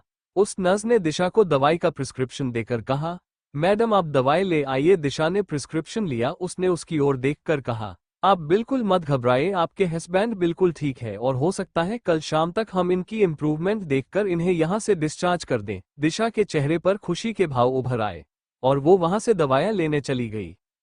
उस इंडियन नर्स आर्यन को जनरल वार्ड में शिफ्ट करवा दिया और उसकी ओर देखकर उसने कहा, सर आप बहुत किस्मत वाले हैं जो दिशा मैडम जैसी वाइफ आपके पास है। आर्यन के चेहरे पर स्माइल आ गई। उसने आर्यन से कहा, आप यहाँ आराम कीजिए, मैं चलती हूँ। किसी चीज की जरूरत हो तो क्या अलार्म लगा हुआ है, आप उसे यूज कर सकते हैं, हम में से कोई ना कोई आ जाएगा। आर्यन ने हाँ में सर हिला दिया। आर्यन आंख बंद करके लेटा हुआ था। तभी दिशा दवाएं लेकर वहां आ गई और वो उसके साथ उसका हाथ पकड़कर उसके करीब जाकर बैठ गई। उसकी आहट पाकर उसकी भी आंख खुल चुकी थी। दिशा ने कहा, आर्यन ये सब कैसे हो गया? इस परदेश में हमारा कौन है दुश्मन है? ना जाने क्यों मुझे इसमें राशि और उस घटिया समीर का हाथ लगता है। अब मैं उन दोनों को छोड़ूंगी नहीं। आर्यन का जवाब आया, नहीं दिशा, मुझे उनका हाथ नहीं लग रहा। ना जाने क्यों मुझे ऐसा लग रहा है इस परदेश में भी हमारा कोई ना कोई छुपा हुआ दुश्मन है जिसे हम देख ना पा रहे हो। दिशा ने कुछ याद किया और कहा, आर्यन जब हम तुम्हें हॉस्पिटल के लिए लेकर निकल रहे थे तब मुझे वही बिल्डिंग वाला आदमी दिखाई दिया था और वो भी हमें ही देख रहा था। आर्यन ने थोड़ा झुंझलाते हुए कहा, यार तुम कब से उस आदमी के पीछे ही पड़ गई हो? तुम कब मूव ऑन करोगी उस पर से? प्लीज यार। आर्यन थोड़ा नाराज हो गया था। दिशा ने मन में सोचा, मुझे अभी इस बारे में आर्यन से बात नहीं करनी चाहिए। फिर दिशा ने टॉपिक चेंज करते हुए कहा, अच्छा बाबा गलती हो गई, अब नहीं कहूंगी। आर्यन अब भी चुप था। दिशा ने मुस्कुराते हुए कहा, अच्छा मेरे सुपरमैन, मुझे ऐसा लगता है अब हमें रंजीता मॉम के पास भी चलना चाहिए। कल जैसे कि तुम हॉस्पिटल से डिस्चार्ज हो जाओगे हम मॉम के पास जाने के लिए निकल चलेंगे और मुझे लगता है वो तुम्हारा अच्छी तरह से केयर भी कर लेंगे। आर्यन ने स्माइल किया और हाँ में सर हिला दिया। आज दिशा भी आर्यन के साथ पेशेंट वार्ड में मौजूद थी। उनकी रात हॉस्पिटल में यूं ही गुजर गई। अगली सुबह दिशा आर्यन के पास रखे सोफे पर बैठे हुए ही सो गई थी और जैसे ही सूरज की रोशनी उसके चेहरे पर पड़ी उसकी नींद खुली। उसने आर्यन की ओर देखा जो कि उसे ही देखकर स्माइल कर रहा था। दिशा ने उसकी ओर देखकर कहा, कैसा फील कर रहे हो? आर्यन का जवाब आया, मैं बिल्कुल ठीक हूँ, मुझे लग ही नहीं रहा कि मुझे गोली भी लगी थी। दिशा ने स्माइल किया और कहा, मुझे जगा दिया होता। आर्यन ने कहा, तुम इतनी सुकून की नींद सो रही थी कि मेरा मन नहीं किया, और वैसे भी तुम भी थक गई होगी, सब कुछ तुमने अकेले, जो मैंने इश्क किया है। ये कहते हुए आर्यन ने दिशा का हाथ पकड़ लिया। दिशा ने उसके बालों को सहलाते हुए कहा, तुम्हारे प्यार की ताकत है, मेरे साथ अकेली नहीं हूं मैं। ये बोलकर वो स्माइल करने लगी। आर्यन ने उसकी ओर देखा और कहा, थैंक यू दिशा, हमेशा मुझे इतना प्यार और सपोर्ट करने के लिए। उन दोनों की बातचीत चल ही रही थी कि तभी दिशा को ऐसा महसूस हुआ कि कोई पेशेंट वार्ड की विंडो से उन्हें चुपचाप देख रहा हूं। लेकिन दिशा की नजर जैसे ही उस पर पड़ी, वो शख्स वहां से तुरंत चला गया। दिशा ने आर्यन की ओर देखकर कहा, आर्यन मैं अभी आई। ये बोलकर वो पेशेंट वार्ड से बाहर निकल गई और तेजी से उस विंडो की ओर चली गई, लेकिन उसे वहां कोई दिखाई नहीं पड़ा। उसने खुद से बात करते हुए कहा, मुझे ऐसा क्यों लगा कि मैंने अभी अभी उसी आदमी को यहाँ देखा है, मेरी नजरें धोखा नहीं खा सकती। वो धीमे धीमे बोल रही थी कि तभी उसे पीछे से किसी शख्स की आवाज आए और उसने कहा, बिल्कुल सही पहचाना आपने, आपकी नजरें धोखा नहीं खाई थी। दिशा ने हड़बड़ाकर पीछे देखा, वही शख्स दिशा के सामने मौजूद था। दिशा अब उस शख्स के साथ पेशेंट वार्ड के बाहर मौजूद। दिशा ने नाराज होते हुए कहा, कौन है आप और मुझे ऐसा क्यों लग रहा है कि आपको सब पता है? क्यों मुझे आपकी आंखों में कोई गहरा राज दफन है ऐसा लगता है? सच सच बताइए। ये बोलकर वो उसकी ओर देखने लगी। उस शख्स ने कहा, बात करने से पहले आपको मेरा नाम जानना बहुत जरूरी है। मेरा नाम है रवि भट्टाचार्य। दिशा इतनी ज्यादा परेशान थी कि उसे कुछ समझ नहीं आ रहा था कि वह क्या बोल रहा है। उसने इरिटेट होते हुए कहा, आपका नाम रवि हो, किशन हो, राम और लखन, मुझसे कोई फर्क नहीं पड़ता। बस आप मुझे ये बताइए आप कौन हैं और इस तरह क्यों आप हमारा पीछा करते हैं? मैं सिर्फ तक जानना चाहती हूँ। ये बोलकर वो उसकी आंखों में आंखें डालकर देखने लगी। रवि का जवाब आया, सच मैं भी जानना चाहता हूँ, कौन है आप और कौन है आपके पति? दिशा ने अपना फोन अपने पॉकेट से निकाला और उनमें उसमें अपने आइडेंटिटी दिखाते हुए कहा, मेरा नाम है दिशा साहनी जिंदल फ्रॉम इंडिया, और यह रहे मेरे पति मिस्टर आर्यन जिंदल। रवि ने झल्ला कर कहा, झूठ बोलती हैं आप। ये बोलकर रवि वहां से जाने लगा। दिशा भी भागकर उसके पीछे जा ही रही थी कि तभी उसे आर्यन के चिल्लाने की आवाज आए। आवाज सुनकर दिशा पेशेंट वार्ड की ओर भागे जहां आर्यन एडमिट था। रवि भी आर्यन की आवाज सुनकर दिशा के पीछे वापस आ गया। जैसे ही दिशा आर्यन के कमरे में एंटर हुई, एक नकाबपोश आदमी जो कि आर्यन का गला पकड़े हुए था, वो उसे मारने की कोशिश कर रहा था। लेकिन जैसे ही दिशा और रवि पर उसकी नजर पड़ी, वह नकाबपोश खिड़की से कूदकर बाहर भाग गया। उसे भागते देख रवि भी उसी जगह से उन्हें पकड़ने भाग निकला। आर्यन काफी घबरा गया था और उसका चेहरा पूरी तरह से पसीने से लथपथ था। दिशा उसके करीब बैठ गई और उसने आर्यन के बालों को सहनाते हुए कहा, कुछ नहीं होगा आर्यन, तुम्हें मैं हूं ना, तुम्हारे साथ मेरे रहते तो मैं कुछ नहीं हो सकता।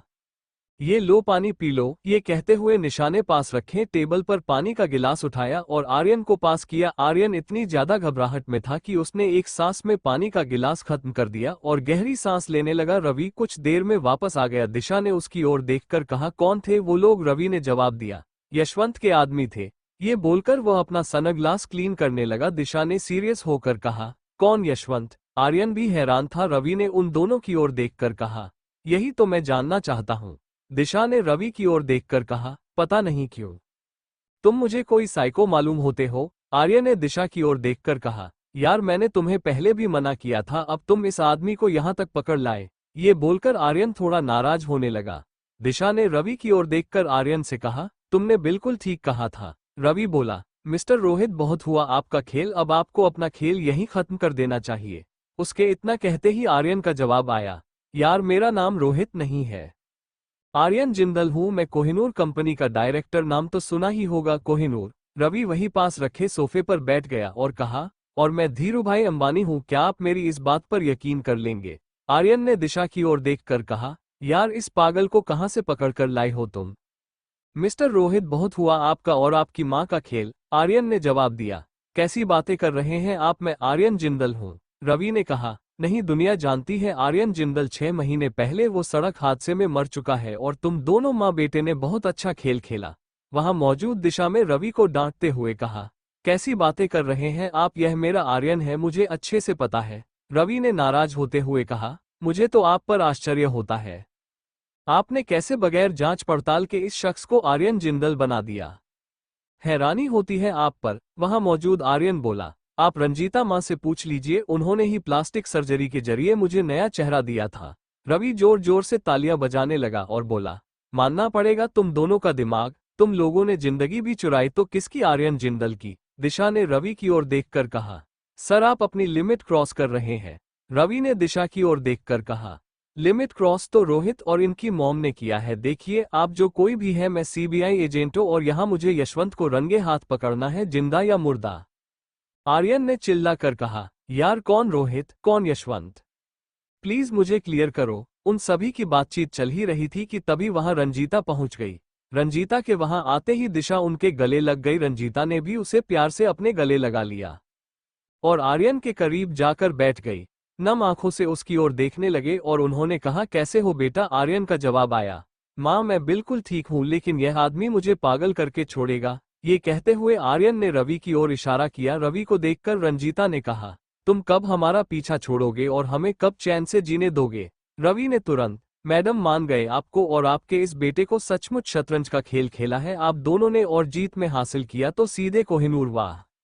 ये बोलकर वह एक बार फिर हंसने लगा। दिशा और आर्यन हैरानी भरी नजरों से उनकी बातें सुन रहे थे। रंजीता ने रवि की ओर देखकर कहा, पहले मुझे बोलने का मौका दो। ये बोलकर उन्होंने आर्यन की ओर देखा और कहा, बेटा मैंने तुम्हें पहले भी बताया था, मैंने तुम्हें अपने मरे हुए बेटे रोहित का चेहरा दिया। खैर जब मैंने ये चेहरा दिया तो मुझे लगा था कि मेरा रोहित अब भी मेरे पास है, उसे कुछ नहीं हुआ है, ये सोचकर मैंने तुम्हें ये चेहरा दिया था। लेकिन ये बोलकर उनकी आंखें नम हो गई। दिशा उनके करीब जाकर बैठ गई और उन्होंने कहा, माँ आगे कहिए ना।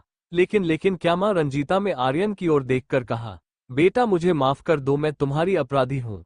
ये बोलकर उन्होंने अपने हाथ जोड़ लिए। आर्यन ने उनका हाथ पकड़ा और कहा, माँ आपने तो मुझे नई जिंदगी दी है, तो आप अपराधी कैसे।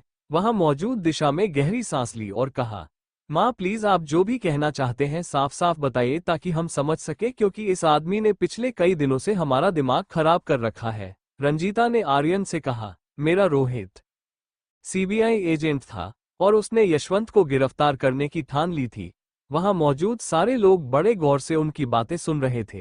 रंजीता हॉस्पिटल में बनी हुई बड़ी सी विंडो के पास जाकर खड़ी हो गई और उन्होंने गहरी सांस लेकर कहा, यशवंत ड्रग्स सप्लाई है और मेरे रोहित को हमेशा से ही नशे लत से नफरत, क्योंकि इस पैसे की वजह से उसने अपने बाबा को खोया था और उसमें भी कहीं ना कहीं इस यशवंत का हाथ था। मेरे बच्चे को उसने बड़ी बेरहमी से मार डाला।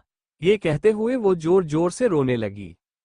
रवि रंजीता के पास पहुंचकर बोला, डॉक्टर आप एक बार फिर से खेल कर रहे हैं। उसके इतना कहते ही रंजीता उस पर बरस पड़ी और उन्होंने कहा, तुम्हें हमेशा से ही मेरे रोहित से बहुत जलन रही ना, उस कावेरी की वजह से, क्योंकि कावेरी तुमसे नहीं उससे प्यार करती थी, इसीलिए तुम चिढ़ते ना मेरे रोहित से। रवि ने थोड़ा सीरियस होकर कहा, डॉक्टर आप बातों को पर्सनल ले रही है। रंजीता ने नाराज होकर कहा, मैं कोई पर्सनल नहीं ले रही, जो सच है मैं उसे बयां कर रही हूँ। फिर रंजीता ने आर्यन की ओर देखा और कहा, बेटा तुम यहाँ से दूसरी जगह चले जाओ, यहाँ तुम्हारी जान को खतरा है। मैं यही बात तुम्हें बताना चाहती थी, लेकिन सही मौके का इंतजार कर रही थी। आर्यन ने कहा, माँ रोहित की डेथ कैसे हुई थी और यशवंत ने उसके साथ क्या किया था। रंजीता ने आर्यन की ओर देखकर कहा, बेटा अब मैं तुमसे कुछ नहीं छिपाऊंगी। दरअसल रोहित ने यशवंत सिन्हा को रंगे हाथ पकड़ लिया था और उसके पास उसके खिलाफ सबूत भी दे, लेकिन यशवंत ने मेरे रोहित को अपने जाल में ऐसा फंसाया, मेरा रोहित दुनिया के सामने गुनहगार साबित हो गया और उस यशवंत ने मेरी आंखों के सामने रोहित की जान ली थी और उस वक्त में कुछ नहीं कर सकी और उसमें बड़ी चालाकी से दुनिया को ये बता दिया कि रोहित ने आत्महत्या की है। मैंने अदालत के दरवाजे भी खटखटाया, लेकिन मेरी कोई सुनवाई नहीं की गई। मेरे बहादुर बेटे को जहां शहीद की उपाधि दी जानी चाहिए थी, उसे गुनेगार कहा गया, सिर्फ उसकी यशवंत की वजह से। सारे लोग रंजीता की बात बड़े गौर से सुन रहे थे।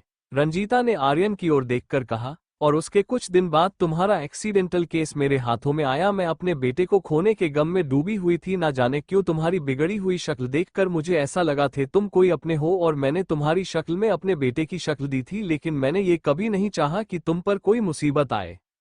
बस माँ हूं ना, अपने बेटे की एहसास अपने करीब रखने के लिए मैंने तुम्हें उसकी शक्ल दी। वहां मौजूद रवि ने दिशा की ओर देखकर कहा, मैडम आपका आर्यन जिंदल 6 महीने पहले ही मर चुका है और यह आपके सामने जो बैठा हुआ है ये रोहित शर्मा है, मिसेस रंजीता शर्मा का इकलौता बेटा।